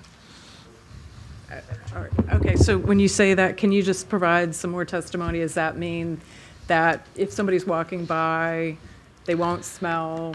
If somebody's walking by, Hamburger. they shouldn't be smelling anything because it would be collected within the kitchen area, within the prep area, filtered in the system, and then exhausted out. Okay, all right, thank you. Yes, Back to you. Yeah. Continue? I just Well, was let- going, I was going back to the traffic, just for a little, just not going back, but I was looking at this picture, and I believe this is the current state of the property, in that the bank, when they had the 2 lanes, they do have a divider in between the 2 lanes with with brick and columns, right? I believe that's the existing. Yes. Yeah. Yeah, so that will be staying. And that's staying. Yeah. So going back to this idea of the customer pulling up to the window, and you only have, some fast food have 2 windows where there's one window where you take the money and one window where you do the service. This is only gonna have one window One for window. both, right? That's correct. So going back to the idea, and I'm looking back at your exhibit, I don't know, the one with the, maybe it wasn't one you talked about, but I saw one exhibit with the cars queuing up into the, Is that one? Exhibit EO2. Is it this one? EO2? Is that what it was? You're talking about the colored one? Yeah, oh yeah, with all the cars queuing up at the stacking of the cars. I do have that. You want me to put it up? Yeah, well, you can pull it up or whatever, but either way, so the way this seems to be describing it is if you, and again, this is a lot of cars, it's good Yeah. business you're doing here, but if the person at the window has been told to pull up and wait for their food service, the person now pulling up behind them has no way of getting by this because of the fact that there's an island there, right? Nor the person behind that person probably, depending on how large their car is. So really, I guess going back to the idea about the bypass lane, there's really only about 3 cars, according to this, essentially. I don't know how big these cars are, they might be compact, but 3, maybe 2 or 3 cars that could possibly use the bypass lane based on this diagram? Is that what we're saying? And then the ones Yeah, behind in them. in that scenario, yes, that's correct. We're gonna hear from the operator. I believe he's gonna testify that, you know, if it's a very large order, they're gonna tell them to go into the Yeah, parking no. lot, to open that, you know, they're not gonna block But- it. Yeah, no, I understand, but I'm just saying that I think he testified, maybe I'm confusing who testified, but about the pulling up person, that there's really no way to get by that pulling up, even if you have 2 people in line. If there's only 2 people in your drive-through, the one person who's pulled up, the next person behind him pretty much has no possibility of getting Well, by that person, That one, right? correct, would not be able to get by that person. Okay. Correct. So But as your attorney stated, anyone who's gonna have a long wait is gonna have to go put in the parking lot. Yes. That's correct. Okay, I just wanted to clarify, because I didn't see, when you mentioned that, I didn't see this. I mean, how it's parked Presentation. currently right now, one car can, that car that is up there, you can still get one car around it. If theoretically the 5th or 6th car were to go around, they can continue going around Yeah. that vehicle as it's parked right now. But somebody at the window getting their food could not pull. Correct, past that is correct. Got it. That is correct. That person would be penned in, just like Sunny on the Coswalk. Yes. Are we doing questions on anything at this point, Mr. Chairman? Is he done with his Yeah, direct No, calendar? you're not done yet, right? No, no, Okay. give him more direct. No, he's not done yet. Lighting and No, not landscaping. You guys do Continue. lighting. Yeah. The what? Lighting. Lighting, right. Lighting, and that was a question that came up, Yes, so I was go going to ahead. address lighting. So for the lighting, we are, here, I'll put up the lighting exhibit. Pull out the sheet, please.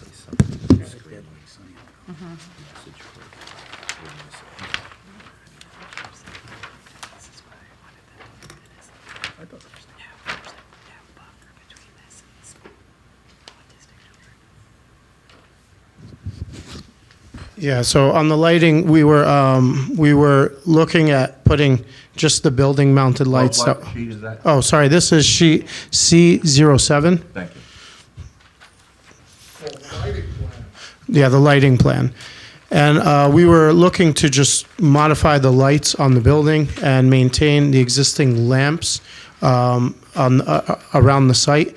And we were going to do a night light test just to make sure. We do know and we are aware of the 2003 resolution, which said that there was currently a waiver. So we would actually look for relief from this board to continue a waiver on lighting in excess of the average that is allowed as per the ordinance, because we would like to retain those lights.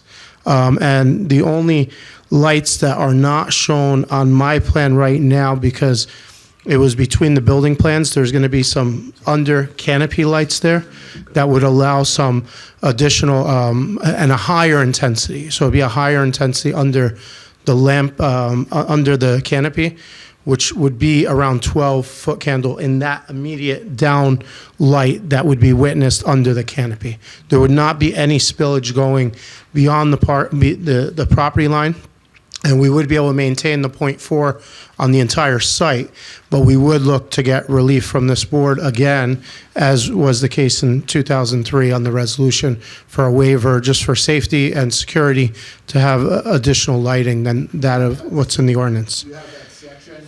Yeah, so the section of the ordinance, Warner would like that section. so the section of the ordinance is 153.2 subsection B.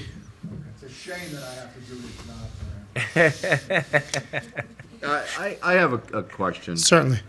The overhang and the These pillars, lights, Chairman, excuse me, Mr. Warner's mine. you're free to rip him all you want. Just in case, I didn't want to. I have five give- votes on the I application. give you free, no, I give you free reign to bust his chops. That overhang and the pillars and the cement. Have you seen my base, new contract? Would your client be willing, because most drive-throughs in restaurants do not have an overhang with pillars. Would Wendy's be willing to take that out? Because that would eliminate a lot of the problems with passing by and fitting vehicles in that space. Because we're talking about pickup trucks and trailers, they may not even fit in that space there. Chair, we're gonna take a break at some point. Yeah, would you discuss that? The more I look at it, How we're gonna. it looks like that's more of a hindrance than a help. Give us a few minutes when we take a break, Okay. whenever your break is. Okay, we're gonna have a minute to talk about that Yeah. when we take a break. I do know that there's mechanical units on it, but it is something that the applicant still I considers. understand, but I'm just saying, is there some way of eliminating that whole thing, or at least the blockage there, because it would widen that space and it would allow for more pass-through and larger vehicles to go through there. I'm going to discuss it with the Yeah, applicant. okay. Okay, so just on the lighting, we want to maintain existing conditions, which is a little bit over, it's a little more. Correct. We're over the maximum permitted, but at core, we're sort of maintaining now. There's gonna be more customers at night than in a bank. These are gonna be on timers, and they're gonna. Correct. go On off- timers. Go off, and then somebody's in that parking lot, like the delivery guys, they'll come back on somehow. Correct. They'll be on. Correct. I did see a potential question here. I was just going to see. So, for your lighting, the night test you were discussing, is the intent is to night test to confirm that the site still meets the original approval and the original design waivers? That's For the correct. lighting intensity. I mean, that's correct, and we would maintain what is out there. Right. We're not looking to further exuberate it. Right. But at the same time, we do know that there was a waiver back in 2003. So even by reestablishing those lights, we would be looking for that relief from this board. Right. So we'd be, looking to maintain consistency with the prior lighting of the site. That's correct. We'll With do the the field addition test, of, and with then the we'll- addition of the extra lighting that we'll have under the canopy, which is Right. associated with the building. Okay. And that additional lighting you're adding is on the four sides, right, under those canopies? The canopy, the eastern facade facing Correct. Plainfield? That's correct. That's, perhaps this is really more for the architect, that's more of an architectural facade element. There's no egress directly out to that side, correct? No, no egress directly. So that lighting is really more functional the- for the presence of the building and the site and the wayfinding That's from the correct. corner? Okay. That's correct. But it would comply with the current standards? That lighting? It would comply with the current resolution. Yeah, okay. The current resolution. Done with lighting? Go ahead. Yes, and then, There was a note in one of the review letters that we should cross-reference section 154.3, which is sort of the details about trash and recycling. if I could just make one comment before that on the lighting, just because this also was a comment. So I know Rick also alluded to it, but about the automatic shut-off, so the lights would be shut off within 30 minutes of when operations is shut down. That is something that would be on our plan, and the operator is looking, would comply with. Sorry about that, Rick. Okay, so then, one of the comments in the letters was cross-reference to the trash and recycling standards, 154.3. I sent those to you, you had a chance to take a look at I them. did. And do we comply with We would those? comply with that, and we would also. Put the mic up to your mouth. Oh, sorry. We would comply with that, and further, we would make sure that the doors are self-latching and self-closing to make sure that that also complies with that section. Okay, that was one of the comments. Yes. Anything else? Signage, I'll leave it for the planner. That was also on here, but I will leave that for the planner for sake of time. Outside agencies, we've submitted to all outside agencies, including the county and the utility companies, and that was it. Is there any other review comments that maybe the professionals would like to discuss, or? Chairman's gonna open it up. And Yeah. Oh, sorry. Okay. Okay, so, what, Additional So- questions for the expert? landscaping, I know there's, right, the discussion we had earlier about the bypass lane and if that was a viable area, but aside from that, on the frontage of Plainfield Road, south of the limits of the site triangle, is essentially the location of the message board and the menu board. So I think there's an opportunity to provide some landscaping in that area. Right. Between the Between road the and- site, between the Plainfield Road sidewalk on the property and the curbing to, where you place your. Outside the site Yeah, triangle, up correct? Right south here? of the site triangle in that area, something to help screen the view of that message board and the illumination of that, from cars coming through. Certainly. I got a nod that we would agree to work with the designee. Sure. Board to. That would add be our some, engineer. Landscaping and finalize the landscaping. That's usually our engineer. Okay? That works. Awesome. We'll be in touch. Questions from the board? Planning questions, is that the next person, or who? Who's next after They have that? operations and Operations. and traffic Operations. engineer. Right then now. planner. Right, And I'll but ask- I'll any ask- I'll ask a questions from the question. engineer? Do you, yeah, sure. Go ahead. Do you work on other Wendy's restaurants? Various, yeah. Are there ever any Wendy's restaurants that don't have drive-throughs? Not usually a site that Wendy's would even consider as part of their site acquisition. So typically, if it doesn't have the ability for a drive-through, it's not something they usually would look at. And you think that this site is a little tight for a drive-through? I don't think it's tight. I think it's appropriate for the drive-through and the intensity that we're looking at. Especially nowadays, you do have a lot of mobile orders, and so you do have the drive-through. You have a mix of the parking, and then you also have the mobile orders, which is becoming more Prevalent. Right. prevalent in their We talked about business that, But it model. sounded because, special kind of plans for where the delivery would be, the trucks having to do K-turns. It sounds to me like you think it's a little tight for a drive-through. I don't think it is. I think it's appropriate for this type of application. So what you're saying is it might be tight for delivery trucks, though? Yes, and that is something that they were aware of prior to looking at this site.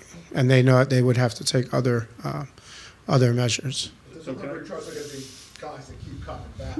They'll be familiar with the site. So it's well suited for cars, perhaps, we talked about it earlier, perhaps not larger trucks like landscape or other delivery trucks for the drive-through. But those people could choose to park and walk in and get service that way. They can choose to walk in, that's correct. And same would be the same with also. People know their vehicles, right? I mean, That's correct. yeah. Well, one of the reasons I brought up the issue about getting rid of the overhang and those pillars was to more accommodate a wider vehicle such as a pickup truck or trailer, and not have somebody worry about scraping their car on that, their vehicle. It moves the ball a little bit. Yeah. I think if they could do it. Yeah, it does. I think and it really doesn't affect the view of the building. But, We gotta find that example. okay. Yeah. Yeah. Get back to you. I'm sure you can move it.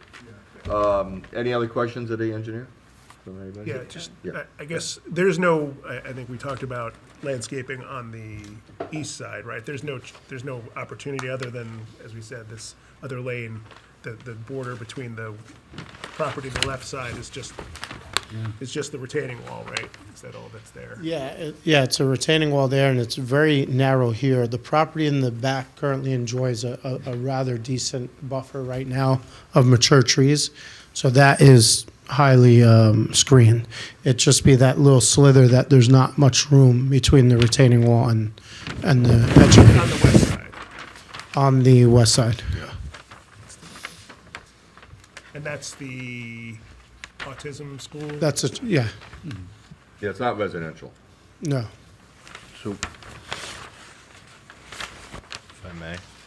What's your closest residential person? I had a question about that, the 200-foot notice, and maybe this is for Mr. Warner. The 200-foot notice, is it from, I thought I saw somewhere a pin was like dropped in the center of the property, but No, No, it's for the corner. perimeter. from Perimeter. Perimeter. perimeter. Yeah. So I'm surprised that, I looked at the list of people that were notified, it seems like they're all businesses, none of the residential people, and there's a residential buffer, I don't know what that's I thought defined I as. saw somewhere in the variance, it was a 3-foot residential buffer. I was like 3 feet, okay. Non-conforming use. By zone, Okay. not use. Existing non-conforming.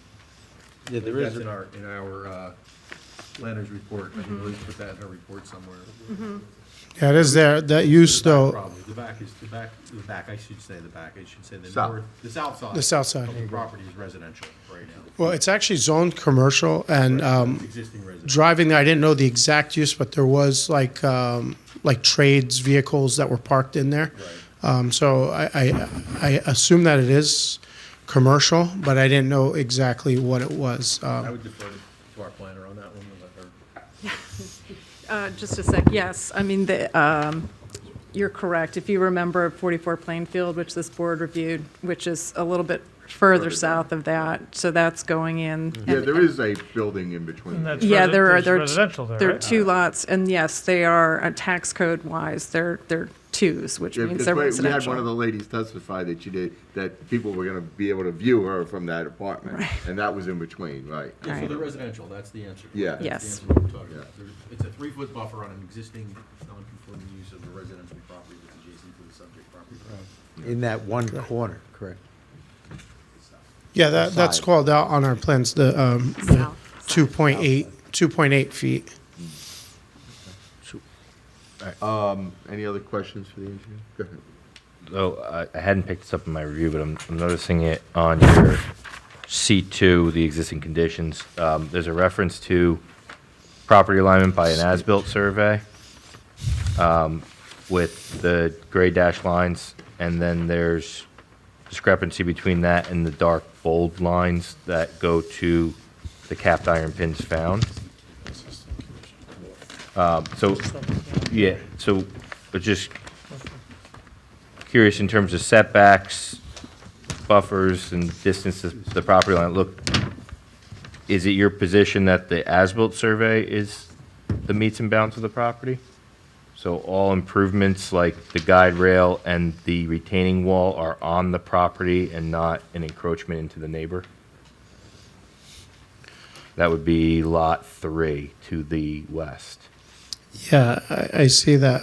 That is existing, the existing wall you're referring to, correct? Yeah, so the existing retaining wall and your guide, those are your improvements from the prior site, the bank site? Yeah, like you're saying that slightly goes off.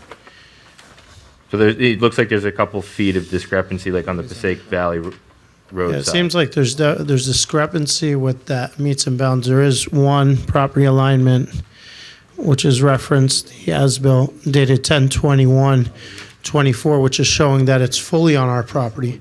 Right. And then there's another alignment or a line that is showing that it's coming partially on our property and partially off of our property.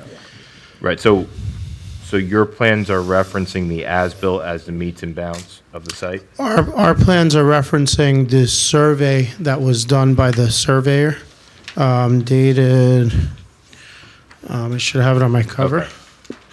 Yeah. It's, the surveyor might be referencing the. That's the as-built. Marmo survey. Yeah. Yeah. Okay, so the Marmo survey from 2024, Correct, so Okay, we're and that's the referencing black- that, and they're referencing an as-built, maybe. and that's the, okay, so that's the black bold lines that are on your plan and line type bounding the property? That's correct. Okay, so if we're, the submitted survey on the application and the site plans are referencing that, then we are showing encroachments into the neighboring property that will, No changes are proposed over. No changes, it's an existing wall to so remain. it just gores in a prior survey. Yeah. It's not perfect science. Yeah, okay. No changes are proposed over there. Okay, I just wanted to, yeah, I just wanted to make sure I knew which one was Certainly. the boundary on your plan. Yeah. That's the Marmo survey. That's correct. Any other questions for this witness? Well, I guess I have a question for our planner. The previous resolution on page 7 has a comment from Kevin O'Brien, who was the township planner back then. It looks like he says here, the proposed use is on a critical corner of the township, one with extremely high visibility. It is quite important that the development here set a tone for future development of vacant lands along Valley Road. Would you kind of agree with that statement from the previous planner? I would say it's a highly visible site, but I would also say we're not looking at the same circumstances that he was looking at 23 years ago, which was a vacant lot, right? So we have an. Well, I actually had an abandoned building. Or an abandoned building, okay, or whatever was said. So I think you have to evaluate it with a slightly different lens, because what they're trying to do here is sort of adapt a building that exists currently at that location. So, but I would agree, certainly it's highly visible on the, and that's a highly visible corner, for sure. Which is why, they're leaving the building structurally the way it is. right. But I think it's a little bit difficult to hold the same standards to what existed in 2003. Sure. Because that was being built fresh. Right. Too. Yeah. Any other questions for this? Go ahead. I just have one question for clarification. Can we handle it at the very beginning? So just so Would I'm you clear- pull that mic a little closer to you? I'm sorry about that. Just so I'm clear, you are going to enhance the pedestrian facilities. We're going to add some crosswalks, and we're going to make some enhancements. You work that out with the board engineer or our office as appropriate. Yes, that's correct. If any approval were to be granted. Certainly. Fair enough. I just want to make sure that was. Thank you. Thank you. And if I may, just for the record, because we have our regular planner and engineer, Ms. Laney and Mr. Voigt, but John Jar is our independent traffic engineer retained by the board for purposes of this application, as well as other applications, but not all applications. So Correct? usually when the applicant has a traffic person, we also get one. Certainly. Thank you. Because that way, we're better prepared to interpret what you're saying. Puts us on even Ground. footing, even ground, I think. We were told we had to get a traffic report. Yeah, no, it's good. To coin a phrase. Yeah. Any other questions for this gentleman? Okay. Does the audience have a question for this person? Yeah. Charles Arenowitz, Millington. Regarding the use of the current septic system with the increased volume of your operation until we get the sewer ban lifted, does the current septic system have the capability to support this retail operation? Chuck, he basically said they can hook up to the sewer system now. They got permission to hook up to the sewer system. My client met with New Jersey American Water. We're gonna hook up. They're gonna hook up to the sewer system. I heard that, but we are still under a sewer ban. and Only if American Water says it is. If American Water gave permission, they're under the threshold. Not that many people flush per day. We're under the threshold. This would be allowed to connect by a sewer ban exemption. Yeah. That's correct. And I'll defer to the technical reasons to American Water, but it's stipulated by the client or by the applicant, as well as since they are in the sewer service area, the decommissioning of a septic system in connection to a sewer when sewer is available is good engineering practice. It's preferable and often obligated of the use. Irrespective of whether we have volume or not. The volume specifically meets the criteria for exemption from the sewer ban, so the ban that's in place is not imposed on this applicant. And that's beyond our jurisdiction. That's Yeah, between the water that's- company and that. That's the Board of Public Utilities requirements. Thank you. Any other questions from the audience? I see is there any other? No, there was. Where'd they go? Okay. They left. Okay. We bored. We're gonna call the next witness. No, let's take a 5-minute break. All right? Just so you can discuss that issue and we can do a bathroom break. All right, we're gonna come back in at 20.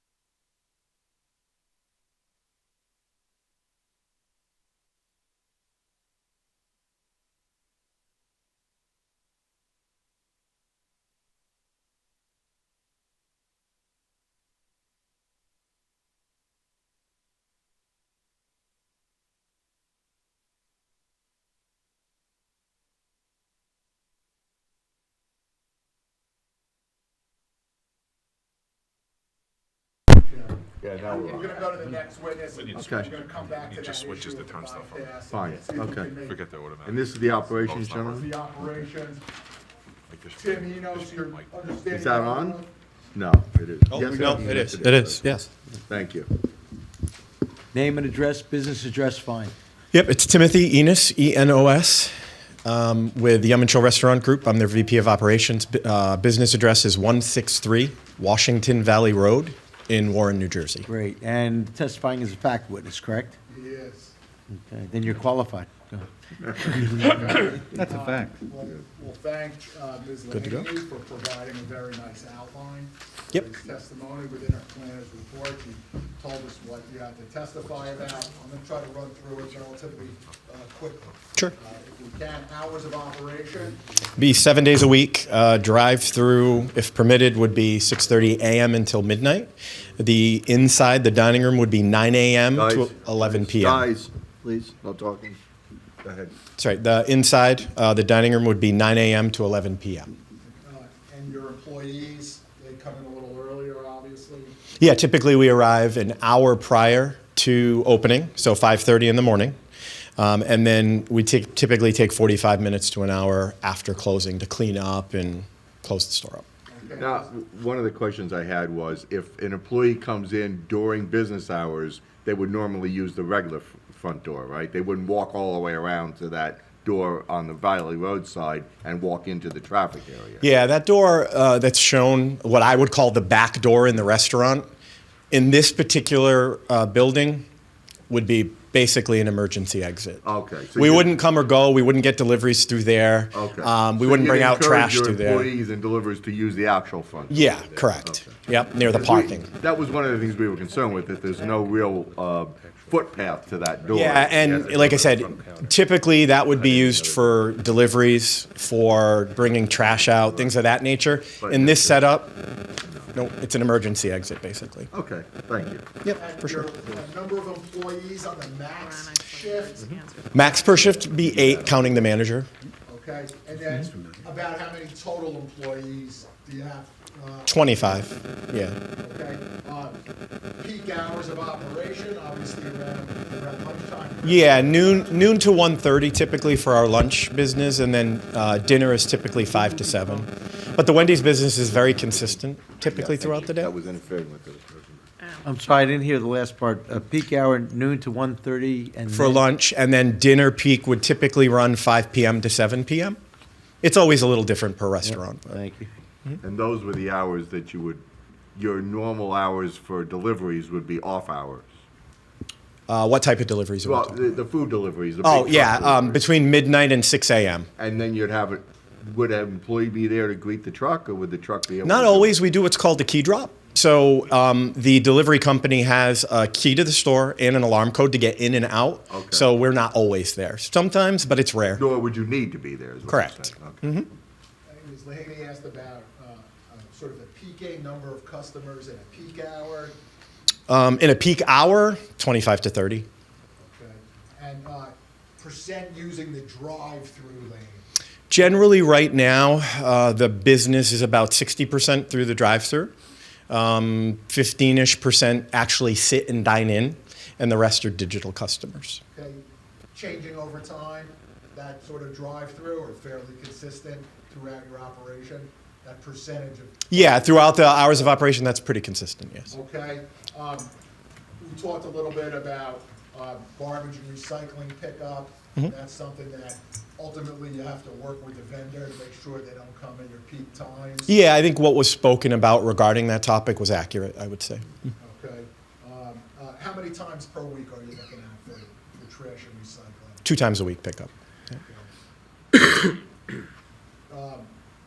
How long is the truck there for trash and recycling when they come?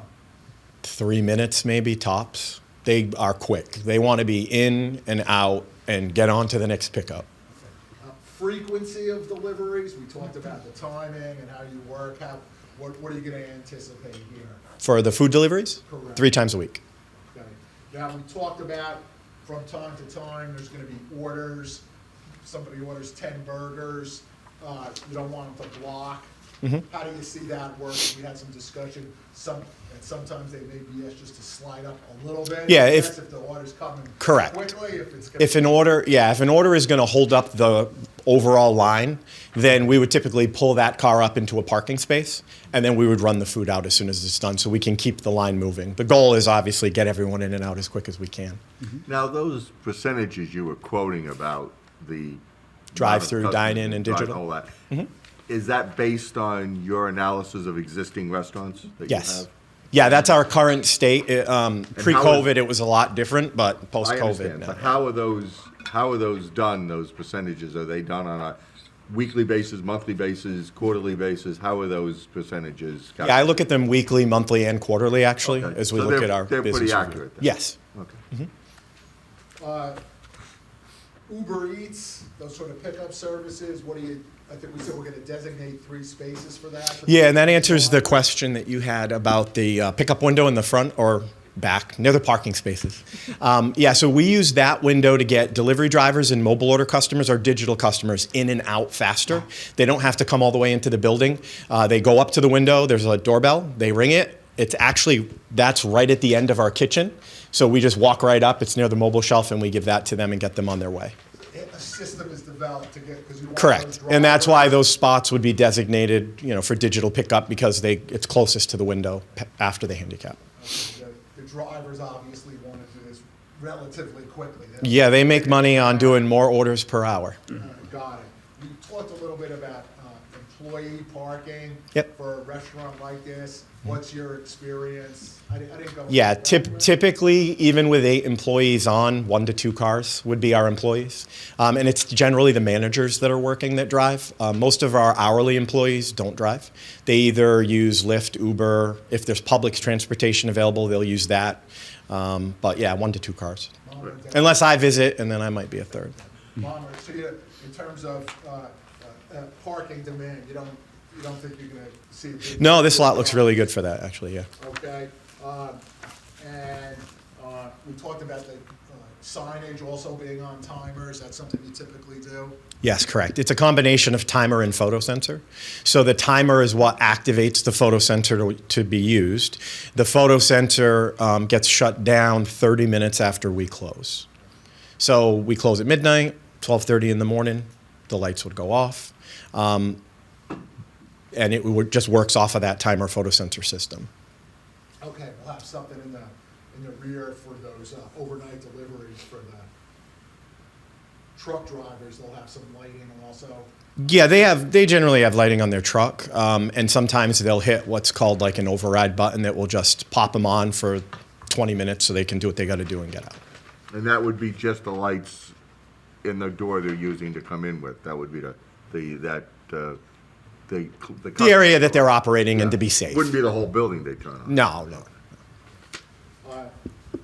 Chairman, I think that's it. Ms. Mahaney provided a nice outline for us and went through the review letters and picked up most of all of the other issues. Okay, well, do you have any questions? Just a couple of follow-up questions. One thing I was going to suggest, I know you're saying there are not that many cars or that would be parking long-term because you don't have that many employees who are actually driving to the site. Correct. But because of those spaces that are sort of, furthest away, and they're more difficult for pedestrians, maybe new to the site, to get to, without knowing the site. Would you consider sort of requiring employee parking along that south property line? Yeah, so generally, I don't allow the employees to park close to the building. I want the prime parking to be for the customers. Right. So we always ask them to park as far away as possible. Okay. The only exception to that would be our closing employees. After the dining room, just before the dining room closed, they would move their cars closer to the exit door for safety reasons. Got it. Other than that, they would be to the outskirts of the property. Okay. Correct. But before we leave that, are we conditioning any which- parking, designating any parking for employee parking, or If you- is it just employees park as far as you can? Yeah, I'm not opposed to painting right on the parking spot, employee parking, if that, That's fine by me. What's the proposal? Well, I wouldn't want to designate that as employee parking, because that would be further subtracted from your parking, right? Well, the parking supply takes into account It does? employee parking. Okay. Yeah, yeah. So I would just, if we stipulate it in there, I think it's an operational concern, Yeah. and all they need to do is Agree to have agree to park employees- the employees nearest Along the the trash. southern Yeah, side. essentially And we're happy to nearest do the that. trash enclosure on the Right. southern. Yeah, we're near the happy to traffic do that. flow. We- Yeah. we've done that at I other don't think they locations. have to go as far as labeling it. No, no, but I anyway, then the only other question I had, I didn't put this in my letter, but I know this board reviewed a Taco Bell that had outdoor eating area. Do you propose or anticipate having any areas designated outside for people who may, go Want to to- eat outside? Go, yeah. I'm just going to turn and ask them, because if the plans have it, if they don't, then we don't. I didn't see I any. didn't see any. either. Patio? No patio. Okay, all right, okay. Yeah, sometimes we do, sometimes we don't. I don't think this site is conducive. There's not much room. Yeah. Yeah, Maybe in the then middle of the no, there would parking be no lot. seating added or anything like that. Okay. Do you want to ask that question? Yeah, so- Yeah. The discussion of deliveries and loading operations, right? Receiving typically happens back of house. From the architectural plans, it seems apparent that the receiving will have to occur at that back of house, the northern side of the building, because any deliveries to the front would have to go through the service desk, the cashier, to get Yeah, into the so rear. I just want to, I apologize because I don't know the north and the south stuff. Yeah, so then Where the parking spots are? Yeah, that's the south side. Okay. And so that's your main entrance. Yep, got you. Right? It would, They would deliver through there, in this site. and so operations-wise, you're comfortable with that delivery, the only access to the back of house is past the service desk for checkout? Yeah, because it would happen after we're closed. Okay. And our delivery partners are awesome. And Okay. sometimes when we have lots like this, they go a little further Okay. to get us where we need to be. Okay, so you can accommodate that easily operationally, outside of Absolutely. working hours, obviously. yeah. Absolutely. Right, okay. So then that would give you the opportunity to not necessarily have to queue up back into the drive aisle. like Yeah, shown in and the ultimately, what I'd say with the delivery drivers, they are really good about figuring out how to do what they need to quickly and safely. Okay. And we don't generally dictate what they have to do. So they'll either back straight up to the Yeah. front entrance. If the or driver they'll- finds that easier to do, yeah, because we're closed anyway. Okay. Yeah. They wouldn't be interfering with anything. No. Okay. No. Would you be the one we talked to about the discussion concerning getting rid of that overhang in the wall and the drive? I would not be. It Oh, would okay, be 'cause someone I sitting thought that was behind me. operations, so I'm Yeah. sorry. No. Okay. Any questions of our board members? Go ahead, Jerry. Are you the person to talk about market demand and need and any analysis like that? You can try me, and I Okay, can I'll see. try. So, given that we already have 2 fast food drive-through restaurants. Yep. I'm just curious if there's any evidence that you have, any market analysis or something that shows a need or more demand for another one in that same area. I don't have any specific data that I can speak to. I can tell you that based on the 2 options that you have in town, we're better. I like the choice, but. Yeah, I don't have any data-specific I think, information, Jerry, but Is it yeah. now that, like, Long Hill's in play right now, like, there's a lot of banks there, like, let's just, everybody zoom there? Oh, no. So how does that work, you know? No, yeah, that's... Jerry, that's not really within our jurisdiction. Well, it kind of is. I gotta point out, restaurants are permitted. Restaurants are permitted, Right. drive-throughs are not. Right, that's the only thing we're talking about. Right, that's the whole thing, so. But what I mean by our jurisdiction, it's not our jurisdiction to question their desire to want to come here as a Wendy's, because that's their Well, financial. The reason, I understand that, and I never ask about the merits of the business operations or the financial assessment itself, but in this particular case, I do, because this is our second bank that's now going to be converted to a fast food drive-through. I understand There's that. others available, and Yeah. who knows where we are in 3 or 5 or 10 years Sure, from now? Are we yeah. now But going but to this, another this board does not cycle? set precedent. It's Yeah, not a right. precedent-setting I board. understand that. Yeah. So it's whether I their understand business that, wants but- to be but there or every not. applicant will tell you what's next door. Yeah. And there's another drive-through right there, And every we, single and we one. could take that into consideration or not. Yeah. All right, I think it's a valid question. yeah. And No, I all right. stand by it. Okay. Thank you for answering it. I guess that maybe along the same lines is, you're a regional manager or some sort of? I'm the VP of the company, yeah. So how, like, this, within the vicinity of this Wendy's, is, I guess, in terms of just general siting, do you usually site them a certain distance from another site, another Wendy's? You mean in term? Oh, another Wendy's. Yes. Yeah. So the Wendy's Corporation, the brand, because we're a franchisee of them, they dictate that. They have what they call are kind of bans of they don't allow us to encroach upon other Wendy's restaurants unless they're our own. And if we own them, then we're allowed to build them as close as we want. But if they are owned by someone else, then yeah, there would be a rule about that. So the closest one to you now would be the one, I guess, in the Blue Star, or I guess. I guess, yeah. It's not owned by us. Okay, so, not owned yeah. by you, okay. Correct. So you're not like Dunkin' Donuts, they put one every block, practically. No, no. And I just want to ask our attorney, so in the lines of my question, my prior question, so does that stand to the relevance of the positive criteria? If there is a community demand for some kind of product or service, does that help with the positive criteria? Well, again, the non-permitted aspect of this use is the drive-through. Right. So if we're focusing on the drive-through, then generally, as I'm sure we'll hear from our planner as well as the applicant's planner, with a D1 use variance for the positive criteria, there are three standards that could constitute special reasons generally. One is an inherently beneficial use. As hungry as I may get at 11 or 12 o'clock at night, the drive-through would not qualify as an inherently beneficial use under the MLUL or applicable case law. Section 2 has some listed as what would constitute explicitly inherently beneficial uses.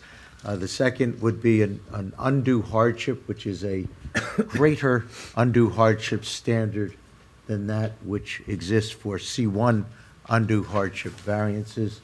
Would almost have to be zoned into inutility or close thereto, economic inutility, for that to be a special reason for a D1 use variance. The third would be particular site suitability, which the Supreme Court in the Price v. Himeji case made clear doesn't constitute unique site suitability. In other words, it's not the only site in the community or town that this particular use would fit, but just that there's something about the site that renders it particularly well-suited for that non-permitted use. Again, here it's the drive-through. And I won't ask Ms. Laney or Mr. McDonough how I did. I'm confident enough to know how I did. Thank you. Are you saying that, you know, if there's a different site, that's a better use? Or just- No. It's that this particular site is suitable, has particular suitability for the non-permitted aspect of the use. Here, it's not a non-permitted use per se, it's a non-permitted aspect of a use, the drive-through. But the whole site, I think we talked about, you know, was challenging for the vehicles that have to come on and trucks and, you know, drive-through roof we're gonna hear about. So I'm still trying to understand that. That this site is the site.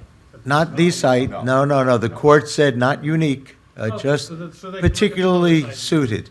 I think it's best for you to hear the applicant's full case, including the planner's testimony, for you to hear why the applicant contends that the drive-through for this site is particularly well-suited, if that is in fact the positive criteria that the planner relies on. Even if it's- And we have our planner also to answer questions. I'm just essentially reciting the law under, But if this for site didn't D1 have a uses. drive-through, they could still come and say, we wanna use this with a drive-through. If there were no drive-through, then there would be no D1 use variance required, and there might. No, meaning if they if wanted it to- already wasn't set up with a. Oh, it wasn't already set with them, well, that's, They could still come and say, hey, we want a D use for this, but this one happens to have. That's not the case. Yeah. yeah. Right. And, Okay. right, and, Too big of a drive-through, potentially. We have an existing. Existing Can it drive-through, be right. Reasonably I would argue, can it be reasonably readapted? adaptively Yeah, used, yeah. it's readaption. And here in this particular case, as I recall, drive-throughs were permitted for banks, no Right. surprise, and pharmacies. It's the restaurant that it's not specifically permitted in the zone in the ordinance now, but again, you have an adaptive reuse Right. situation, probably be part of the argument. But we're stealing all, or at least some perhaps, of the thunder from the applicant's planner and our planner, so. Do you have any more testimony before we? I do not, unless there are other questions. Well, that's what I wanted to make sure that you were done. Any more questions of this witness for the operations end of it? I have another question. Yes, go ahead. I probably know way too much about how fast food restaurants work, unfortunately. But so right now, I know most fast food restaurants, as you said, have quite a bit of digital customers. They usually offer both window pickup, or you have this. I guess you have a different idea where you have a window that you can external window. But some offer drive-through window pickup. Is that going to be offered for digital Correct. customers as well? Yeah, they can opt to pick up how they prefer. Okay. Because that would then create. What do you see that? I mean, I guess in your current. Yeah, the majority of customers don't do pickup through the drive-through because it sort of defeats the purpose of doing the mobile order. I agree. Right. I don't do it. Well, in other words, you're saying they use services. So if you do a mobile order, right, you place your order on the app, it comes to our kitchen, we make it as you're arriving at the restaurant. The whole goal and why people do it is they don't want to wait in line. So you do have the option to pick that order up through the drive-through. It's rare that people take that option, but we do offer it. They generally would walk in, or in this case, they'll walk up to the window. Some will still walk in if they don't want to use the outside window, that's okay. So they could use the outside window just like the Uber people. Correct. It's designed for all mobile customers. Okay. Correct. All right. So that would eliminate people going through that. And even when, and the other really nice part about having that window is when the dining room is closed, the delivery drivers don't have to get in the drive-through line at nighttime between that 10 and midnight. They come up to that window. And the reason for that is they don't want to be held up in the line. They want to come get their food and go because we make it for when they arrive. Is it 10 or 11 at midnight? We can I'm make sorry? it 10. I thought you testified to 11. I'm sorry, yes, 11 p.m. No, we can make it 10. Okay. No, I'm sorry, 11 p.m., I yeah. just heard you say. Breakfast, you serve breakfast, obviously. Yes, we do. right? How does that compare in terms of, you said your peak times 12 to 1:30, 5 and 7. Yeah. What's your peak breakfast times? Peak breakfast time, usually around 9 a.m. Okay, that late? Yeah. 9 to about 10. Yeah, and to be frank, I mean, our peak breakfast doesn't even touch what our lunch and dinner business is. As good as it is, and you should have some. You gotta work on that, right? I'm not sure if you're the Goes to person the to ask. demand, goes to the demand. Oh, wait. Go ahead. I don't know. I asked before about a sign designating the entrance on Plainfield Avenue. And the Right. exit. Can you save that for the next week? Because he's our traffic expert. I think he's gonna say. I can do that. makes sense. You're the operations guy, you're the VP. I will wait for the next guy, too. Okay. Okay. Any more questions of the operations, gentlemen? Okay. Any public questions for the operations, gentlemen? No, okay. Hearing none, closing it to the public. All right. Okay, Thank you. you're welcome. Who's next? Next? Who's I'm gonna next? call Doug Poliniak. He's gonna add a little more. He's our traffic expert. We were told at the beginning we needed a traffic Right, report. but he's the traffic So guy. we did, he's Okay. the traffic guy. Doug, you're sworn in. The exit and entrance. I'm gonna ask that. Every eye is good. You need the site plan up, Doug? We could go there if we need it, but for the time being, Adam, can you help him get the site plan up just in case so we're seamless? Doug, your professional qualifications? Yes. yeah, I'm a graduate of Lehigh University in Bethlehem, Pennsylvania. I graduated with a Bachelor's of Science in Civil Engineering in 1998. I've been working in the field of traffic engineering since that time. Been licensed for approximately the last 21 years in the state of New Jersey. I've testified as an expert before over 100 municipal planning and zoning boards in New Jersey. I've been here before. I did do the Taco Bell, and I did work on the 44 Plainfield Road application as You're well. an expert. Thank you, Doug. We have an outline, but you heard a bunch of comments, so I'm sort of gonna leave it to you to not repeat what was said, but add whatever information you think may be appropriate for the board in its decision making. Yeah, I had a nice big outline here describing the location and the roadways, but I think we're well deep into this at this point. But the renovation of the bank to a fast food restaurant with a drive-through from a traffic engineering impact perspective is not a very heavy case based on the analysis we performed. And that analysis that we did, it was December 13th, 2024 traffic impact analysis. And within that, what we did is we projected the volumes associated with the drive-through restaurant using ITE data based on the 40-seat restaurant that's proposed. So based on this ITE data, we looked at the morning and the evening and the Saturday peak periods. And we look at about 25 customers, 25 to 30 customers in the morning, which is a little off in the testimony, but about 20 to 25 customers in the evening. And then Saturday peaks a little bit more like 50 customers based on the ITE data. However, a lot of that traffic, as you may have heard in prior testimony from other applications, is passed by in nature. So people that visit fast food restaurants during these peak hours are usually either commuters on their way to work in the morning, home in the evening, or just running errands, typically on a Saturday or at those times.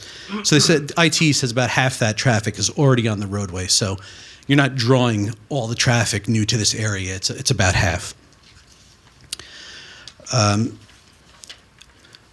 And basically, both the ITE and NJDOT consider 100 peak hour trips, new peak hour trips, as significant and something that may cause impact at off-site locations. This site does about half that traffic, so it's not anticipated to generate any impacts at off-site locations, but we did do an analysis of the adjacent intersection of the driveway just to double check. And our original analysis used the volumes at the signalized intersection of Valley and Plainfield based on the traffic report that was initially done for the assisted living facility across the street on Plainfield Road that was done by Shropshire.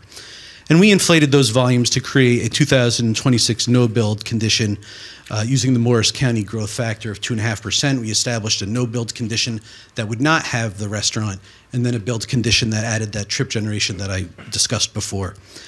And then we did our standard level of service analyses where A is exceptional and F means that the movements on the roadway are operating at capacity. There's just not, enough room to process more vehicles without significant delay. And we found that the movements at the intersection will operate at level of service C or better during the morning and evening peak hours with or without the restaurant. The levels of service basically don't change with the restaurant traffic added to this location, showing that it has minimal impact. And the level of service at the driveway also works at a acceptable level of service C. So you're not going to have very much delay or impact associated with this development. We did receive a comment letter from Mr. Jar's office requesting some updated traffic data because we did use data that was originally from 2021. We did do traffic counts last Thursday of February 20th. I don't know if that was last Thursday. Time's flying already. During the morning and evening peak hour. We used that growth factor that I discussed earlier to create another 2026 condition. We added traffic associated with the assisted living facility with 44 Plainfield and with a residential development that we heard about to the east on Valley Road. Again, we created no build conditions. When we added the site traffic to those volumes, we compared them to our original study, and we found that actually when you add the summation of all the volumes at the intersection, they're actually lower than the original study that we did. About 70 vehicles lower in the morning peak hour and 80 in the evening. We redid the levels of service analysis with and without the restaurant. We found that we do not change the levels of service. One movement actually goes from the prior report, level service D, the westbound left turn lane, has a lot more volume, not a lot more volume, some more volume than our prior report, but we found that the restaurant does not impact that movement where it degrades levels of service. So we kind of did two studies for this to determine whether there was any impact at the intersection and at the driveway, and in both of those instances found that there was not a significant amount of traffic that degraded the levels of service at the intersection, and the driveway will operate at level of service C with both volumes accounted for. Then we did a site plan review as well. Again, I won't beat a dead horse with the site driveway, but the sight lines are clear at the driveway. It will operate at good levels of service. We heard discussions regarding the delivery vehicle that can use the site off-peak and navigate the site with some maneuvering in the parking aisles. Significantly sufficient spaces available for refuse and ambulance as well. 21 parking spaces are provided, which exceed the ordinance requirement, as we discussed before, of 17 spaces. Parking generally for fast food restaurants that have drive-thrus is a little bit lower because people rely on the drive-thru. You heard that about 60% of the traffic or peak hour volumes will be using the drive-thru. Parking spaces are designed accordingly, 9 feet wide by 18 feet deep. There's going to be 2 ADA spaces. With respect to the queuing in the drive-through, our office has seen an increase in that stacking since COVID. COVID created substantially more stacking. Kind of calmed down a little bit now, and we see maximums generally around 9 vehicles in a queue lane. This site is great. It allows for 14 spaces, so I'm very confident that at no point is this queue going to back up into the parking area where it's going to affect on-site circulation. And generally, people just are, if they see a long line, they tend to go in. But the mobile ordering, I think, it pretty much dominates a lot of that. People park and don't want to wait. So overall, like I said, based on our analysis, not a significant impact, and that's not taking into account, or comparing traffic associated with the prior bank operations. And the site, with respect to the parking supply, stall space, aisle space, drive-through stacking, has all been designed to accommodate the operations. And you had a chance to review the templates that Mr. Candle prepared. Yes. Can you give the board your observations on that, and then we'll come back to the landscape and pickup trucks with the trailer, a little more difficult. Yeah, no, I agree that the vehicles will fit on site, but I certainly agree with Mr. Jar that these move-ins should be made while the facility's not in operation, because the vehicle will be blocking parking spaces and also the drive aisle. That's for the delivery vehicle. That's specifically for the food delivery, correct. Any thoughts on the landscaper pickup trailers, or that will be something that the local landscapers are gonna sort of learn that there's not really a great spot for them? Yeah, I didn't originally look at that. I mean, I would wager a guess that the bank at some time had larger vehicles, be it a landscaper or a tree guy getting some cash. They would park usually. They're not gonna go through that. They Yeah, wouldn't through the normally drive-through, go correct. And I mean, the Brinks truck itself is a larger vehicle that had to navigate the site. So there is some history of some slightly larger vehicles, but I haven't specifically looked at where these vehicles would lay out, but they may park as well. But again, if they learn that it's hard to navigate, they might be going to Taco Bell or Burger King if, in fact, those are more convenient and they can process their orders quickly and get in and out of the site as well. So landscapers, maybe in a regular pickup truck, they can either get through the drive-through or Oh, park. absolutely. But there'll be potentially some landscapers that have trailers that presumably they're gonna understand after the first time, it's gonna be challenging. Yeah, if they have ride-on mowers, on a trailer, it may be a little difficult to navigate some of the parking spaces without multiple turning movements. Not something that's solvable from your perspective here, is there any modifications that you're seeing for this particular site? I mean, just hearing the concern, looking at the plan and the existing conditions, I was looking for a possibility of putting a space somewhere for someone, but I don't foresee that ability here. Or even changing the way the drive-through curves, there isn't any space to do that. I'd probably rely a little bit more on the site engineer, but I personally didn't see anything that could be vastly tweaked to put a space for them. Does our traffic guy have any comments, questions? I think this is challenging, and the site is not designed in a manner that can handle articulated vehicles of any sort. So maybe it might not be a bad idea to put a sign at the entrance not allowing any articulated vehicles. That would mean any vehicle that's tagging a trailer. Yeah, talking to the mic, you don't have to look at me. Sorry, it's really hard to do that. I know, but I want your testimony on that. Okay, so it would appear to me that this site is not particularly well suited for articulated vehicles. Okay, even small ones, right? Even the landscape guy with a trailer, it's very problematic. So maybe the simpler thing to do would be, why don't we simply put a sign prohibiting articulated vehicles on the site? You don't need them for your deliveries. All your deliveries are going to be a 40-foot straight job or a 37-foot garbage truck. Okay? If for emergency services, we're going to have a 28 or a 32-foot ambulance, or we're going to have the fire truck's never going to, he's articulated. He's not coming on the site.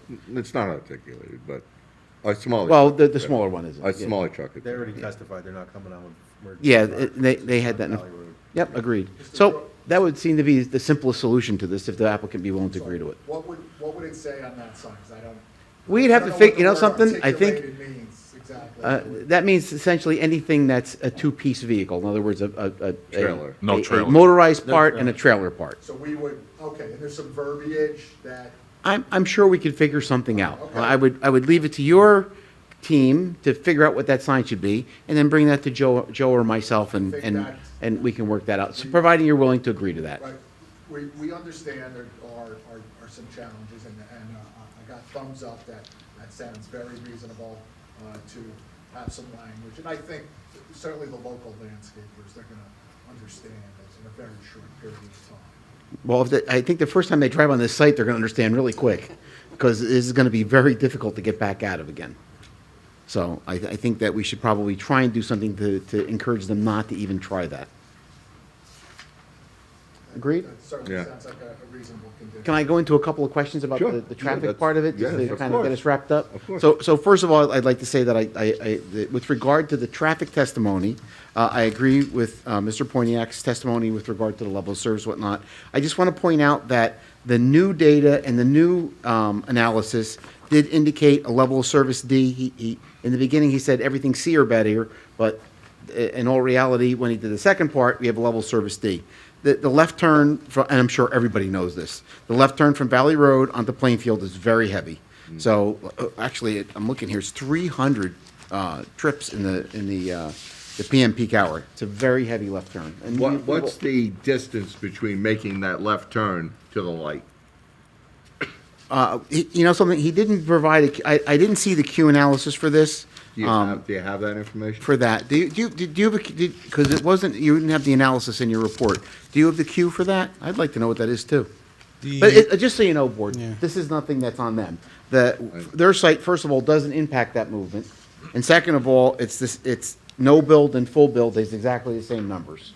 So that telling me that their site's not affecting that movement. This is an existing condition. The reason I bring it to our attention is that something we need to keep an eye on. Yeah, no, I'm just curious because you have those gas stations that are right next to the light and people can't make the turn to get into the lane. I'm not saying that exists here, I just want to have a mental picture of what the distance is between the exit for the Wendy's to the proposed I think the Wendy's gas to the light. station, Lukoil, has a no left turn or no right turn sign as you're leaving the west exit. Yeah, that makes, that And people so- follow that. So yeah. does this site need a no left turn or no right turn? actually, Or no that- left turn if you're leaving this parking lot? But that- And 10 people are already in line for that light at the Walgreens, and the next car can't leave this parking lot, what happens? Well, that's what I want to know, the distance, because I personally haven't observed it happening with a bank, because there aren't that many cars in and out of the bank, Yeah. because obviously they didn't want that building anymore, because there probably wasn't anybody, but I just wanted to know the distance so that we would know how many cars could be there lined up and still make the left turn to get in line to make a left or a right at the intersection. Because I don't know if there is a problem. If there's enough space and it doesn't appear that the cars back up that long, there might not They be an got, issue. they got little cars on this one in the No, site. that- You're that's- talking about just taking them and putting them on the street, right? It doesn't quite work like that, because, you know, the traffic light's operating every 90 seconds. It probably has a different, you Yeah. know, time and delay in the site itself. I'd like to, there's so many questions you guys just have, so I'm gonna just try my best now. First of all, I feel very comfortable that left turns exiting the site are not going to be a problem for the municipality. All right, first of all, if there is any issue, that traffic's gonna be stuck on our site.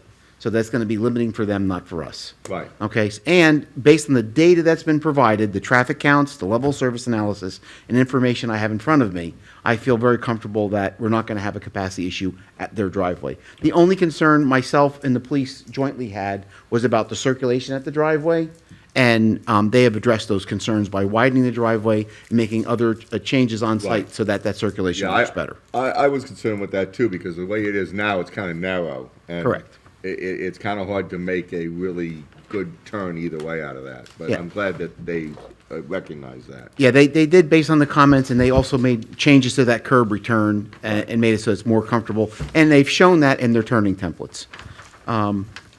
There's so many questions. Okay, what was the next one? Did I cover it all? I have follow-up if you're finished. Well, I have just one more thing I wanted to go through is I wanted to point out for your guys' convenience that the analysis that he did was very conservative. So hence the reason why I feel good about it. So he projected a higher amount of traffic than I think can reasonably be expected at this site. And he did his analysis based on that higher number.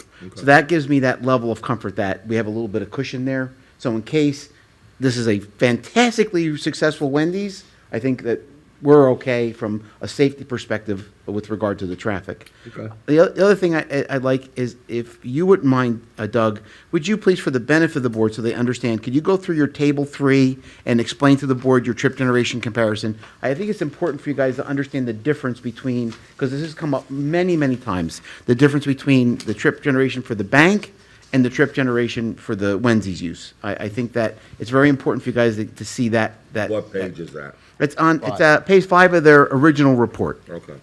Yeah, page 5, bottom of the page is table 3, and what we did is we compared the trip generation associated with the 40-seat restaurant and the previously operating 2-window bank. And you'll see in the morning peak hour, this projects the restaurant to do about 35 more in-or-out movements over the course of an hour, so really 17 customers. Probably high for this location, as you heard earlier. The Wendy's isn't expecting that substantial of a breakfast rush. The evening peak hour, when the restaurant's doing significantly more volumes, it's actually lower than what IT says a 2-window bank does. So, I don't yeah, agree no, with that. well, when banks were, before. Because lately, there was nobody going in and out. Correct, and some of that data is before, Yeah. the substantial Banks use of would- online yeah. banking, and people were taking their paychecks. Because most and- banks closed up their drive-throughs. They didn't even have them anymore. Yeah. No, but historically, certainly if the bank was constructed in 2000 and I think 3, we said earlier, back then banks were doing a fair amount of traffic, yeah. And then Saturday? Yeah, Saturdays, thank you. The restaurant is probably, based on IT data, at its busiest there, doing about 20 customers or 40 trips more than the bank would have done. So, one customer every 3 minutes more than the bank. So to give you guys a quick summation, pretty much the AM and PM peak hour, I don't see us having any problems. The only time we're going to see, those of us who live around here and drive this area, the only time you're going to see things busier there is pretty much on the Saturday. Okay. You're going to see that the Wendy's at lunchtime is going to have a lot of activity. The good news is pretty much everything else around isn't going to be that busy, other than the Burger King and the Taco Bell. Right, So and they're so, far enough away. it fits with it's in the right place. And from a traffic perspective, we like to see the uses mixed like this, because gas stations aren't lunchtime is not the time everybody's going for their gas. So it's a good mix. The way this falls into place there. John, to Ed's point, he said that, sorry, you talked about Taco Bell and Burger King. Taco Bell has a driveway that's directly across, or nearly directly across, from this one driveway. Taco Bell has 2, Burger King has 2, this has 1. Do you see that to be a problem in any way? No, I think it's going to be, it'll work just fine. And I also feel that if there are problems, it's going to be on their site, not on our road. Okay. That makes me feel a lot more comfortable about how this operation is going to be. Okay. That's my question, if you don't mind me following up on that. That's what I had from before.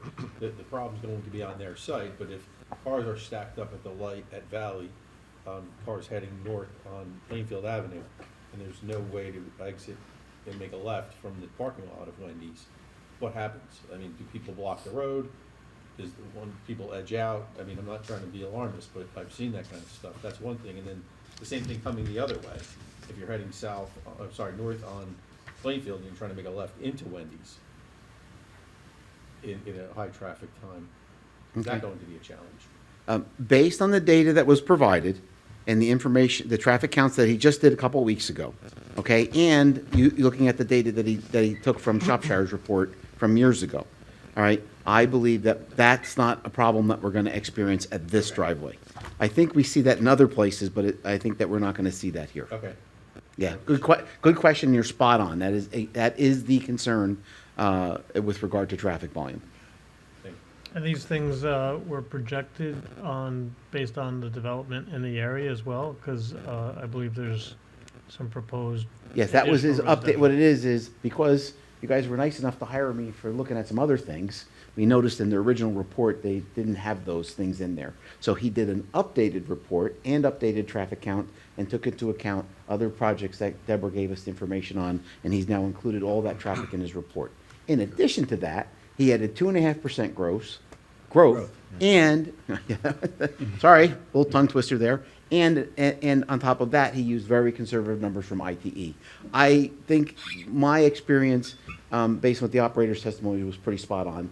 Wendy's doesn't really do a giant breakfast business, so I don't see that being maybe our community will be lucky and we'll have a bigger business for breakfast. Their lunch and their dinner is where they're gonna see it, and Saturday is definitely the biggest day. I see that on every site that I look at.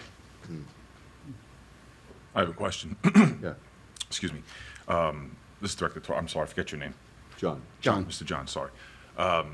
We were comparing Burger King and Taco Bell have two ways of getting in and out of the parking lot. For larger vehicles or such, would you consider that easier for them to go in and out with two ways of entering the parking lot? Absolutely, yes. There's no question that both of those sites are more suited to circulating larger vehicles, and there's no issue with safer, yeah. I don't Safe see. to say that they're better set up for a restaurant rather than the PNC Bank. Drive-through restaurant. Yeah. Yeah, I think there is. Or any. So would you say the PNC vehicle. Bank may not be this suited for the traffic problems as well as Burger King and Taco Bell? We're talking very different things. So maybe I don't understand your question exactly, but let me try and vet it out with you because you have a concern. This site does not provide the same generous access as those other two sites do. They both have entrances and exits that allow for vehicles, especially larger vehicles, to circulate more freely. This site will not allow that. So they have to do things like prohibit articulated vehicles from entering the site because they can't allow that. So if your question is, will this site safely and efficiently operate articulated vehicles, my answer is no, it will not. But if your question is, will this site operate safely and efficiently utilizing a 40-foot truck to deliver and a garbage truck and have access to our ambulance, whatnot, I believe that it will operate safely and efficiently for those vehicles. Now, if we want to, if we are concerned about the other vehicles having access to this, and the board wants to allow them to have access, then I definitely have some concerns with those types of vehicles having access to this site. And that, But normal traffic, normal cars, it shouldn't be a problem. normal cars and those two types of delivery trucks should not be a problem. Okay. If I could piggyback off that a little bit. It must have been the time I passed through there. There's several times I passed through since I know Wendy was going to come to the site. I, of course, looked at Taco Bell, I looked at Burger King, and I noticed like 9 o'clock as you seen school buses that pulled in Burger King, Taco Bell. I even seen they have the buses that run from New York to the Sands in Pennsylvania, and I guess they come off and they park in this parking lot, and 50 people get off and go into Burger King or Taco Bell and eat. I'm just thinking about something like that. Let's say they're coming down Plainfield Avenue, they try to turn into Wendy's. Now they realize, I can't get in. You're saying it's on that site. Technically, it's not on a site. It'll actually back up into the street.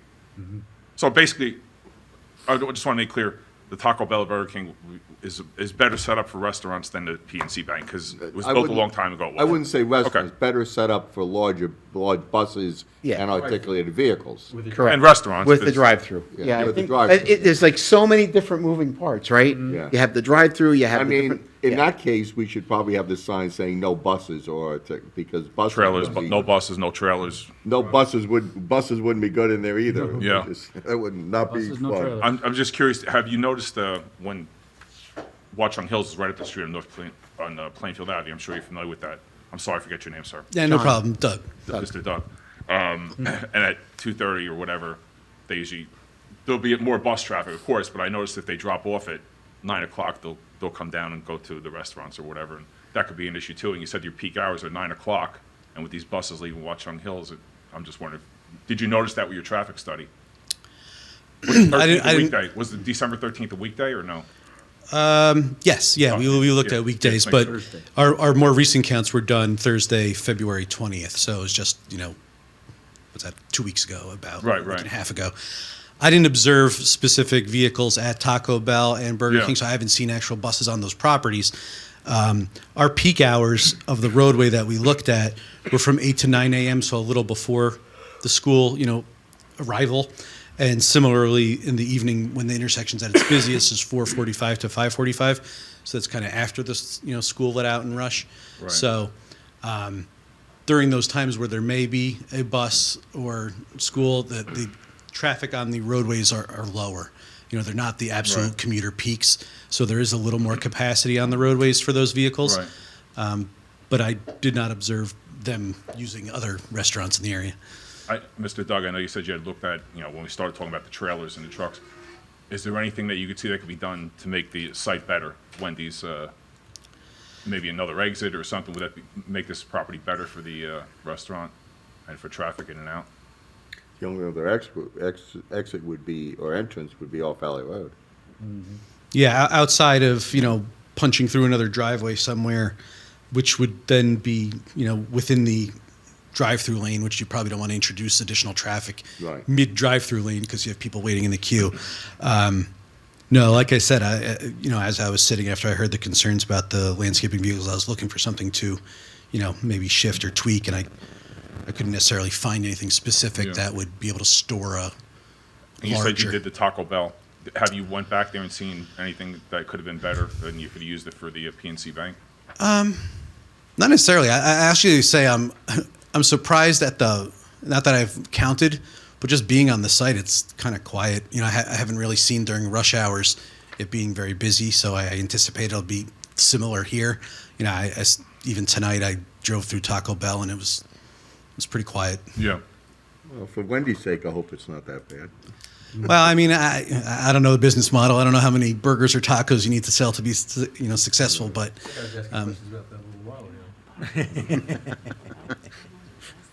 Thank you. I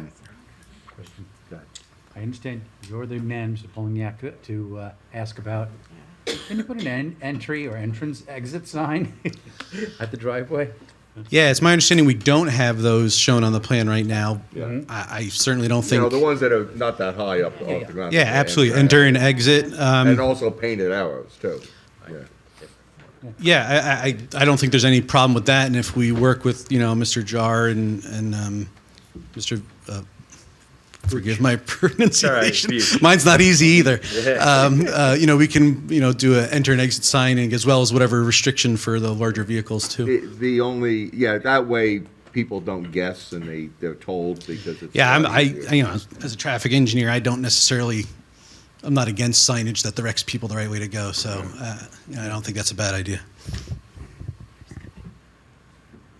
Any Real questions? Ed, real quick, before Yeah. we go to the public.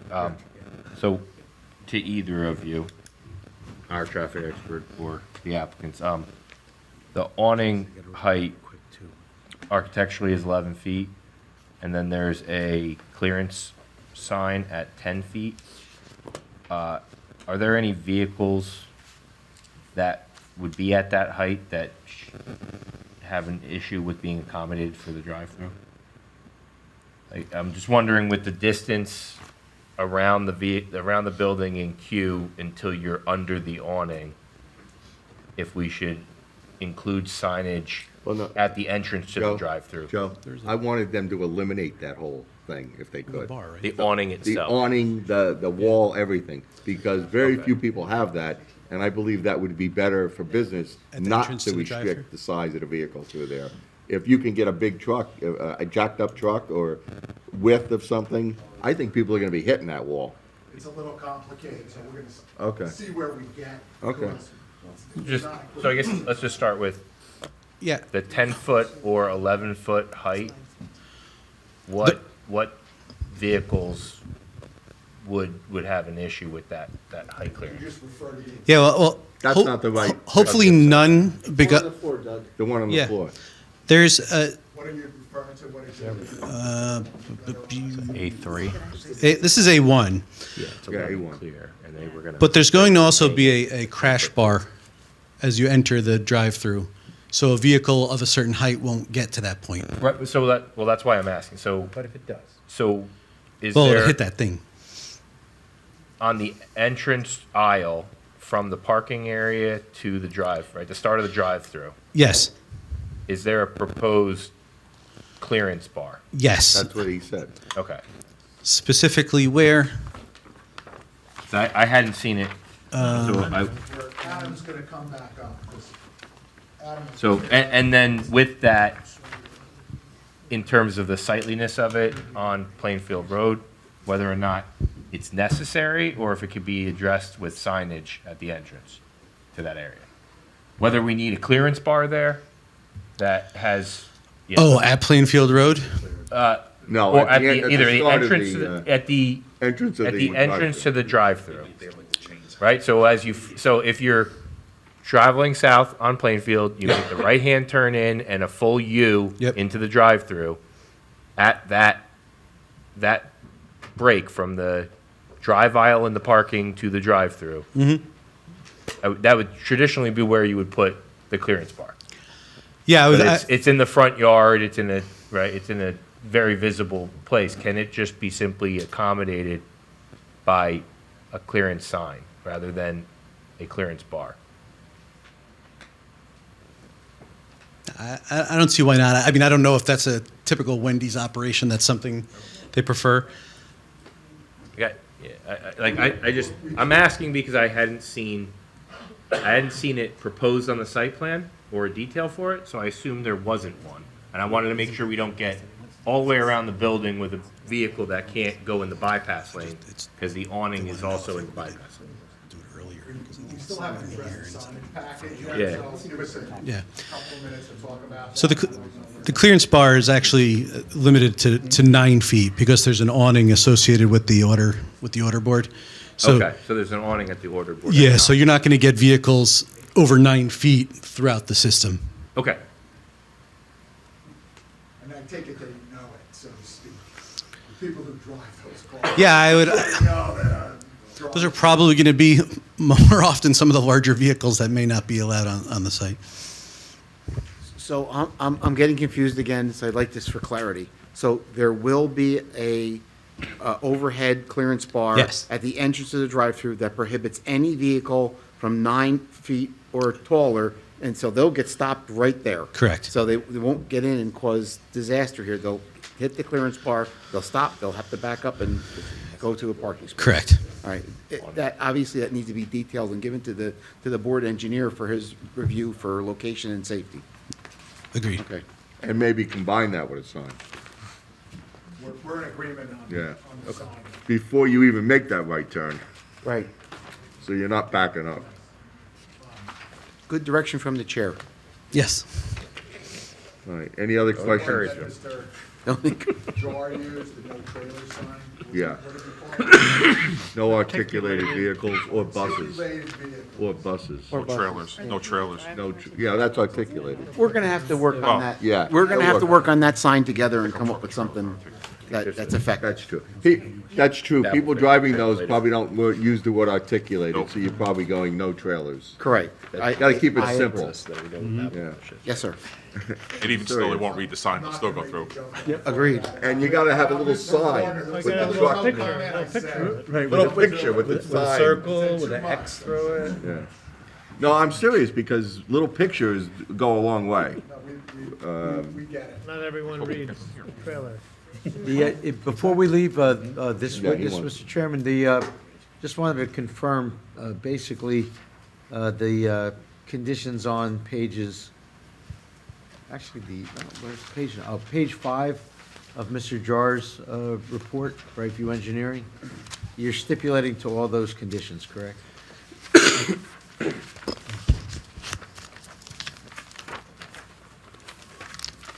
I think you got through most of the report, but I didn't hear these stipulated to. Mr. Chair, in looking at the hour, we are going to need a motion for an extension. Yeah, do I have because we're not finishing tonight. Do I have a motion to extend the meeting another 15 minutes? So moved. Can I ask a question about the We're not motion? clean this Is that gonna be sufficient to complete the application? I don't think so. I don't think even if we So extend it to why 11. don't we just talk about the application and what we actually need to get through it? Well, I just want to do another 15 minutes so we can do that. Okay, so we'll stop in 15 minutes and reassess? We'll need another motion in 15 minutes. Yes. I was gonna try to at least introduce the signage package, because I heard some concerns. We're not gonna finish tonight, but I at least wanted to sort of get it out there. That's what I'm trying to get to. Initial feedback. Like, if it's gonna take a half hour, then let's make a motion for a half hour, and then just. All right, I don't know how long it's gonna take, but I at least wanna get the signage package out. Are we okay with just going until the signage package is done? Can we just do that? I know, let's go to 11. Do I have a motion to extend it to 11? Motion to extend to 11. Have you a second? I don't know if we Second. need all that All right. time, 'cause All in favor? I think the board Aye. understands the plan. Aye. issues. All right. We're not We're gonna gonna go to 11 or shorter. But no later. No later, no.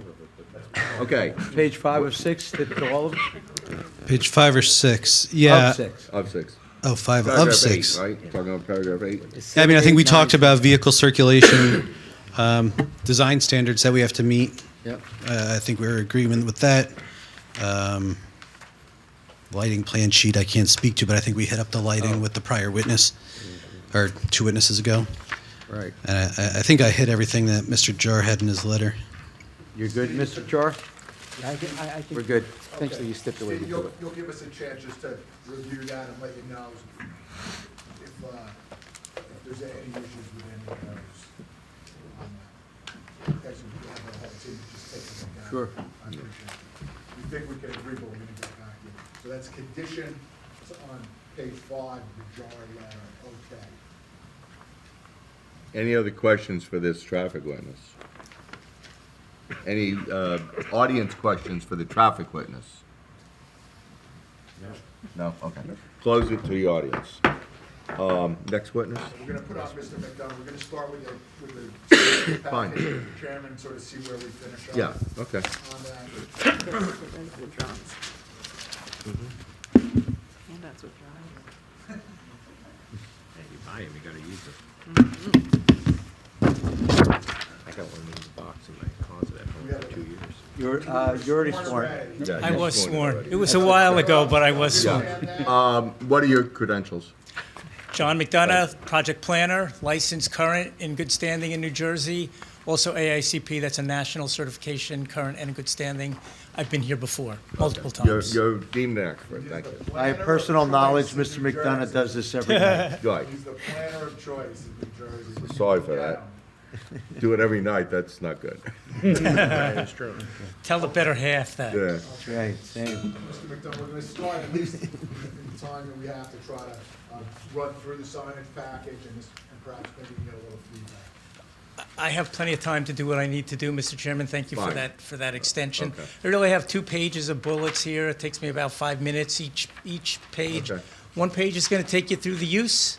1 page is going to take you through the signs. That's it's really the relief that the applicant is seeking here. I understand that. So we'll go Continue. through it. If we need to take a deeper dive, we certainly can. Okay. But I think you can find good backup for what the applicant is doing here in your own master plan. I was going to give you a lot of outside statistics to support the industry standards and the popularity of the drive-through. I think we all know since COVID, the popularity skyrocketed up, and it has stayed up because of its convenience and the aspects that are driving consumer behavior and emerging trends. And your own master plan talks about emerging trends, and I'm referring to your 2023 master plan, in particular pages 3-6 and 3-7, where you have some highlighted bullets about emerging trends. Is talk about retail space needs, and we know your community is about 55% open land. That's part of the beauty of your community, the natural openness of the land. You've got about 45% that's developed. Most of that 45% is residential, so you have a very small percentage to select from for your retail base. And obviously, one of your core tenets in your master plan is to have a strong and viable commercial base. Your master plan does not like sites such as this that are not productive, particularly in a commercial zone district. So on 3-6 in the master plan, it talks about retail space needs and obviously talking about consumer behavior again, the preference for e-commerce and how that has hurt bricks and mortar retail. What's nice about this land use is that this is not something you can order online and then UPS comes and delivers it. You might get it from Uber Eats, but they still have to go to the store and get it. So this is different than your traditional bricks and mortar, and it's really something you can't get on the internet. Your emerging trends also talks about increase in retail vacancies. And importantly, you've got a bullet right in there that talks about increased demand for drive-through windows. There's a whole paragraph in the master plan under 3-7 that supports the increased demand for drive-through windows and the changing consumer preferences. Right below that, there's a bullet that talks about decline in the need for small branch banking. This happened, we know, with the Bank of America down the street. This is sort of the next in line here. Again, I think the board can find clear distinction with this particular site, that it relates to a distinct site and not the zone as a whole in your BD zone district. Additionally, your master plan under 4-16, we'll get to that next, talks about updating your sign ordinances. We were here back in 2023, early 2023 for the Taco Bell. After the Taco Bell was approved, we see your master plan was changed at the end of 2023 and made recommendations for updating your sign standards to reflect current industry trends and market demand. Again, all in the interest of promoting brand familiarity, meeting customer expectations. So both of these, you have good, strong backup in your master plan for what the applicant is proposing here. Talking about the actual use itself, we're going to run through the positives and the negatives. Again, this is a specific piece of property. We've got one tax lot, block 10515, lot number 4. It's about 31,446 square feet. What's important is the applicant is asking the board to move on a drive-through that is already physically there. So this is an integration. This is not a new build, which again, I think is a distinct driver of why this use variance makes sense and why the site is particularly suited for the use. Speaking about the particular site, your own 2003 resolution of approval for this site, and I'm quoting here, call this site an important and highly visible piece of property to the streetscape of the Valley Corridor and one of the main entrances to the township from areas to the south, unquote. Excuse me, I just want, for point of clarification, I think you said 2023? Is that 2003? The resolution was 2003, the master plan was 2023. Okay. So what you were just reading, was that from 2000? That's 2003. Okay. And Right, just check. Okay. key to that 2003 resolution of approval was the look and the style of the building at this visually prominent corner in your community. This application is spot on with that goal by keeping that building there.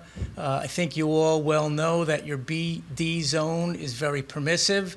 There's a wide variety of uses and forms that could go here. Every flavor of retail, you could have restaurants here. This is a restaurant use, outdoor dining and entertainment.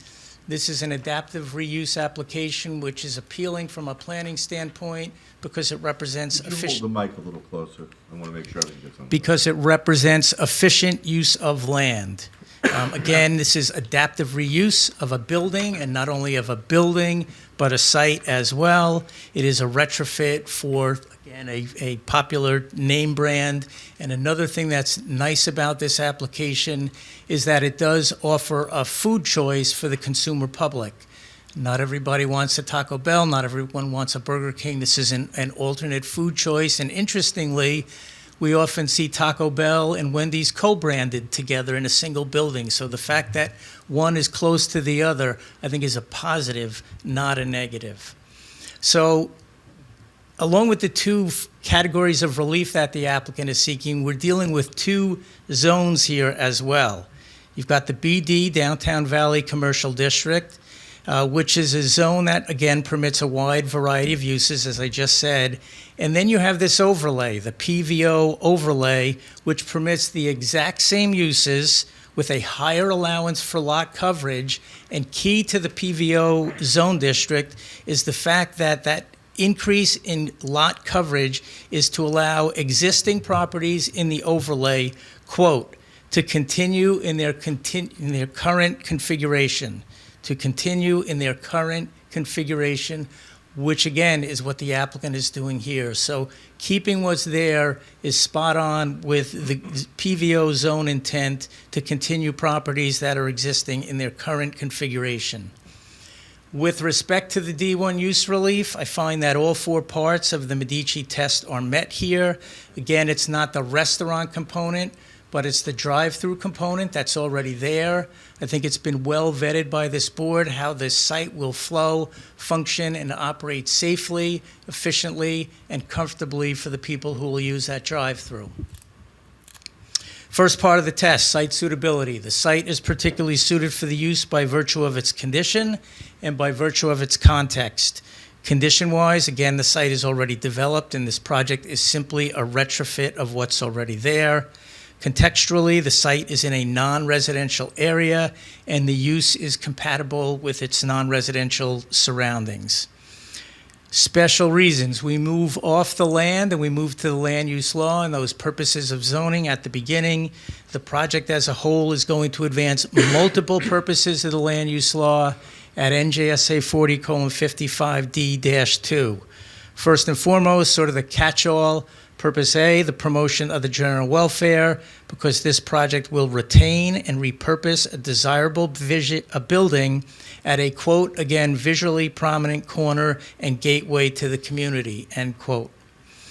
Purpose G, the project is going to provide for promote the planning goal to provide for a variety of uses in appropriate locations because it provides a service use along a service corridor, and it offers consumers food choices.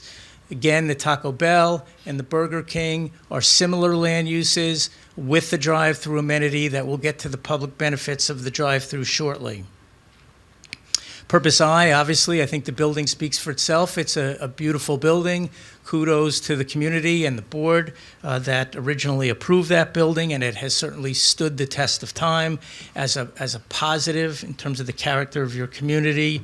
This project will promote a desirable visual environment, which is purpose I under the land use law, because it will retain that colonial style building. That was a key reason for the original PNC approval in the first place. Next, we look at Purpose M, the planning goal to promote for efficient use of land. As I said before, because this entails adaptive reuse of an existing building and a site, which is as efficient as it gets from a land use perspective, and certainly has less impacts on the area than if this building were knocked down and we were starting from ground up new construction. Going back to Purpose A, there are other elements there that advance the public good, including the provision of a viable land use of a vacant commercial space. The likelihood of this space ever being reused as a bank is small. According to FDIC, due to the popularity of online banking, for every new bank branch that opens, 4 close, and that's echoed in your master plan as well as a recognized emerging trend. Again, Purpose A is advanced specifically with respect to the drive-through amenity, which is really the only reason for the relief, the reuse of what's there. It will benefit the public with convenience, with safety, with efficiency. Beneficiaries certainly include mobility-challenged persons, elderly persons, handicapped persons, those who've undergone recent surgery, parents with children, parents with pets, or people with pets in the car. And outside of those people, and for all people, the use provides weather protection on whether it's rainy days, icy days, snowy days, very hot days, not having to get out of the car, leaving a pet in the car, waking a sleeping baby, are all common sense, everyday positives of why this land use gained currency of 30% more traffic during COVID and has certainly held that since. On the flip side of that, we look at the public impacts. I think that's what the board has well vetted this evening through your professionals and the applicant's professionals as well. At this hour, as we now stand, based on all testimony, the reuse of the drive-through can be granted without any substantially adverse impacts. As I said before, I'll say it again, the site will flow, function, and operate safely and efficiently. John, those conditions that we talked about, the signage, prohibiting the articulated vehicles, does that impact? The clearance bar, yes, all good conditions. And again, the beauty of the use variance mechanism is that it's an interactive process. The board makes suggestions, the applicant responds. That has happened positively here. And the board, again, can impose reasonable restrictions or conditions on the use, which is another nice benefit of the use variance mechanism. Therefore, there are no potential public impacts, visual or functional, that remain unaddressed or unresolved, and therefore use relief can be granted at this location without any substantial detriment to the public. Obviously, we look at the zone plan as well, and I talked about those references in your master plan. Importantly, the degree of departure from the zone plan is not substantial here. The restaurant could go, the Taco Bell, without the use of that drive-through.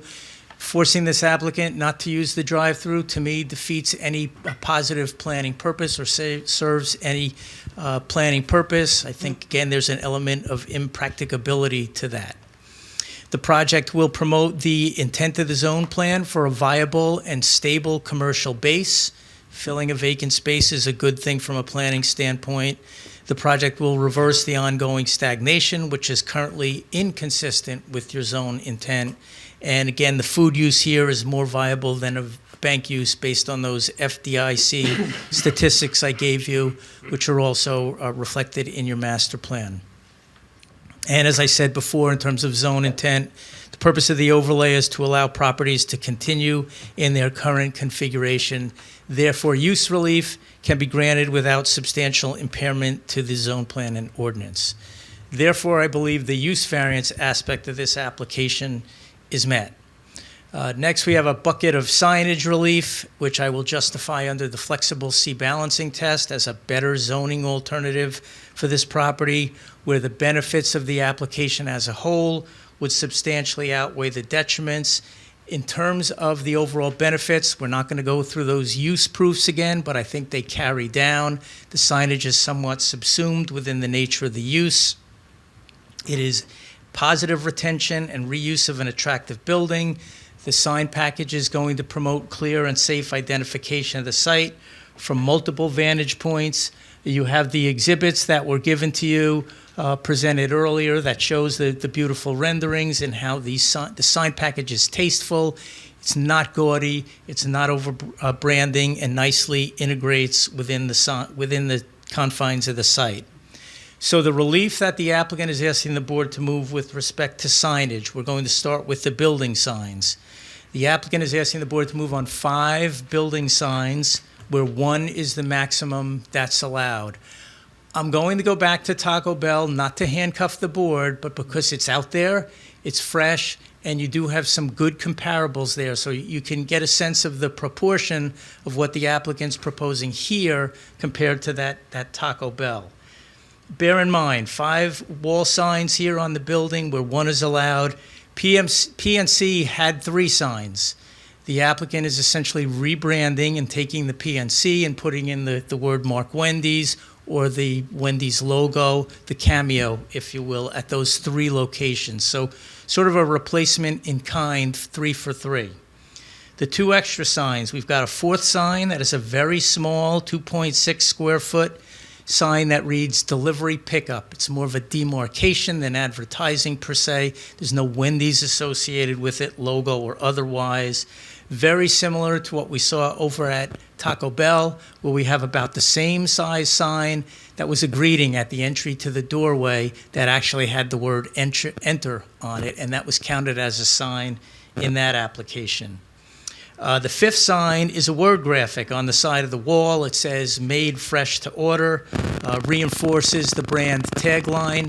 It's not a box sign, it's channel letters up against the side of the sign. In fact, That's around 13, 14 square feet, that one, John. it is, and we'll go back to A1. It's the letters that are on the drive-through side that, again, read "Made Fresh to Order," and that sort of reinforces the tagline of Wendy's. The area of the building signs are 95 square feet in aggregate, where 25 would be the maximum that's allowed. You don't see all four sides of the building at the same time, so obviously they're not going to all come at you that 95 square feet at once. As a frame of reference, the word mark is 29.16 square feet. Again, I'm only giving these to the board as comparisons. The Taco Bell sign, the word Taco Bell on the building, was 27.4. We're at 29.16 here. We were at 27.4 over there. This is a bigger building. This is over 3,000 square feet. That building was about 2,400 square feet. So we've got good proportionality in terms of the word mark. Then the two logos, Taco was at 13.85, slightly larger here at 21.9 with the cameos. As I said before, you had the Taco Enter sign, which was at 2.5 square feet. The sign here that reads, that announces the delivery location, delivery pickup, is 2.62 square feet. And then finally, the tagline sign is 18.48 square feet, 18.48 for the words "Made Fresh to Order." In total, that's where you get the 94 square feet, not all visible from the same side. So the applicant has done a good job, I think, of breaking up the sign package and nicely integrating it into the architecture. Did you mention the orange, whatever that orange color sign is? I'm going to do that now, Mr. Chairman. And I have those dimensions here. Again, we've got good compatibility with what we see on Taco Bell. So the Taco Bell sign measures 5 feet 4 inches in horizontal width and 5 feet top to bottom. This sign is 4 feet across. Taco Bell was 5 feet 4 inches across and actually rises up 6 feet. So this is a 24 square foot sign, whereas Taco Bell was a 16 square foot sign. So again, you have some good proportionality there. This is less wide than the Taco Bell sign, but comparable. And because we have more than 25 square feet of wall signage and a frontage that is, I think exceeds 100 square feet, a ground sign is not actually permitted at this location, so relief related to both the ground sign and the area of the sign as well. I think we have similar characteristics over at Taco Bell, but I don't know if that relief was picked up as part of Taco Bell. Either way, the ground sign is similar in mass and scale and appearance as the Taco Bell sign. I'm sorry, on the area of the ground sign, did you say Yeah, how what's the Taco area? Bell was 16 and you're 24? That's correct. We're 6 feet up, 4 feet across. That's Right, I 20. got you're 24, but I thought you said Taco Bell was 5'4" by 5. That's more than 16. It's 25. What it is there was a 2-foot base. Oh. So I don't think you count the base as part of your package. I was reading the resolution, so it's actually, That brings it down closer to 3 by 5 and. yes, 3, yeah. And a report has stuff in there about that and the monument size as well. Yeah, and the monument sign actually for Taco Bell wound up being 10 square feet. It was a little over. It was 5 by 2. Okay. Those signs you propose are internally lit? They are internally lit, Mr. Chairman. Again, I'm just going back to the master plan that talks about recommendation to update the sign ordinances. I'll certainly say the reason why the applicant is asking the board to move on that is that this is their typical sign package. This is not a typical, prototypical Wendy's building. I think that's suffice it to say. So they're looking for the sign package to sort of reinforce the brand, customer expectations, brand familiarity. That said, I think this is an interactive process. We can certainly talk. If that's a problem with the board, I think we have an applicant that is ready, willing, and able to Yeah. listen for sure. I know we've been trying to get away from internally lit signs or things that don't look as classic as a sign that has external lighting on it that looks a little more in tune with that building. Unfortunately, we're coming upon 11. I don't want to extend any more, so I think we're going to have to discuss your sign issue a little at the next meeting to go into it a little bit more further. I don't want to start with questions now. Because we won't be able to finish. So I threw a lot at you in a short time. I realize that, I and tried we to get it all appreciate in. that. But I think we're going to have to delve into it, and I would urge the applicant to be a little more flexible with the signs, only because we don't like to backpedal on those things. I understand updating, but updating means I don't We think had the quantity and the type, yeah. the conforming, yeah. Yeah, Yeah. just let's look at the signs and take that whole thing. That's going to take a while to talk about. So, Much as you spoke a lot about Taco Bell and its signage, but I don't believe that signage is backlit.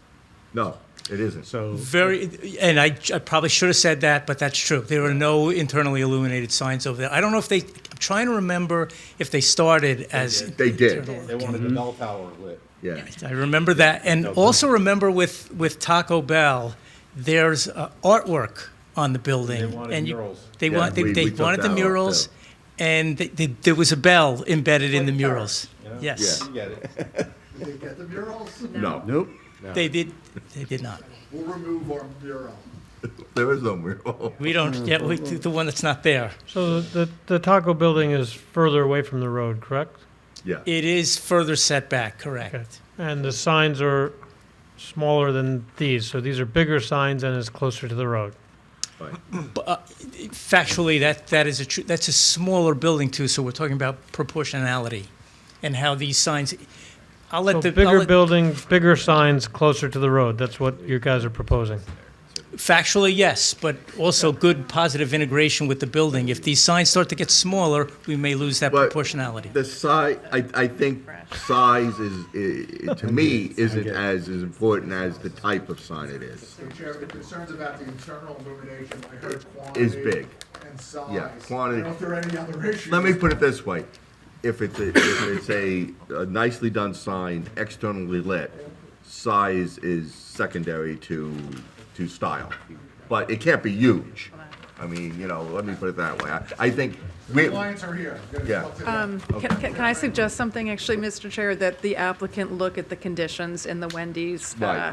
Yeah. resolution, sorry, Taco Taco Bell. Bell And- approval, yes, because there and the were. Burger King one, because that had the same. But specifically, there were some conditions related to the lighting, and there were conditions related to the ground sign Right, that right. you That might, might be that are applicable. they are applicable, yeah. Yeah, The Taco Bell and the Burger King.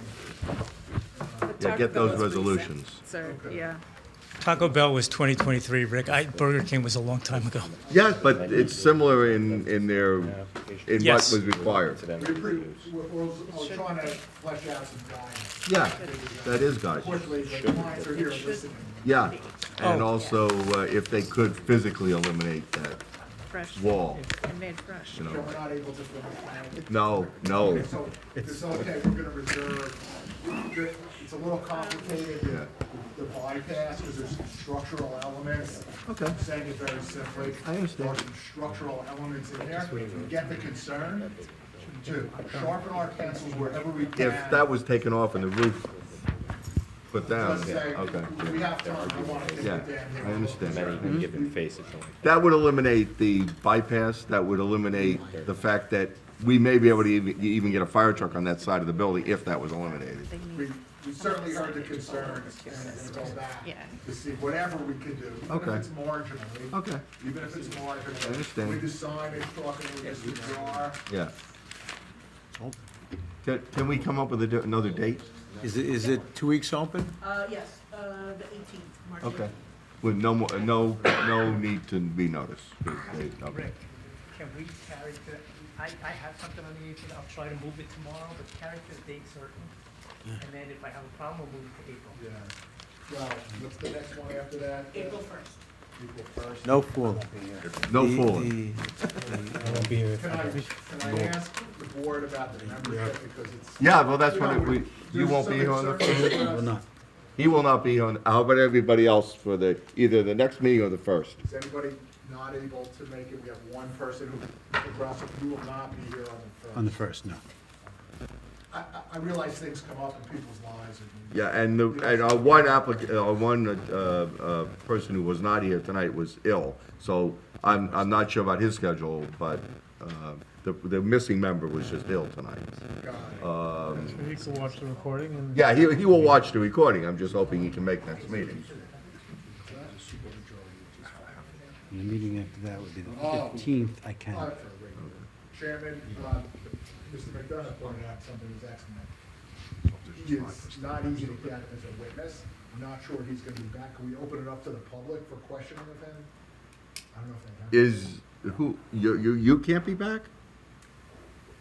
I have something on the 18th, I can try to move it On the tomorrow. first, well, if we pick, April 15th, is that open? Well, Well, I mean, the next meeting in April, what is that? I would say move it to the 18th, Mr. Chairman, and I'll do what I can, and So move it to the 18th and you will try to, I'll do what I can. Have to carry it again, we can carry it. yeah. If I'm not Okay. here that All night. right. Is there any questions? Well, we've gone beyond we're done. Witching hour. We're done. Yes, you have to have them back, whether it's the 18th or the 1st. We gotta get them back. All right. I hear a motion to adjourn. Wait, do we have a date certain? We're going March 18? Go March We're 18th. carrying this matter without further notice to March 18, 7:30 PM, this same location, the municipal building. Okay, and sir, we'll check with Ms. Coons. There's a chance we may bump it another 2 weeks, but. Depending on his schedule. Mr. Grosboff, we'll have to either go with 6 members or have the other member. Well, I'm sure the other member will be available. He's gonna have to watch. Yeah, he will, he will. Have to watch it 3.5 We'll tie him down and make You him. got the AI program that summarizes it. Yeah, no. All right, do I hear a motion to adjourn? Courts have a. All right, Thank you for your done. time. Thank you for All your right, time. thank you. Thank you for staying. We have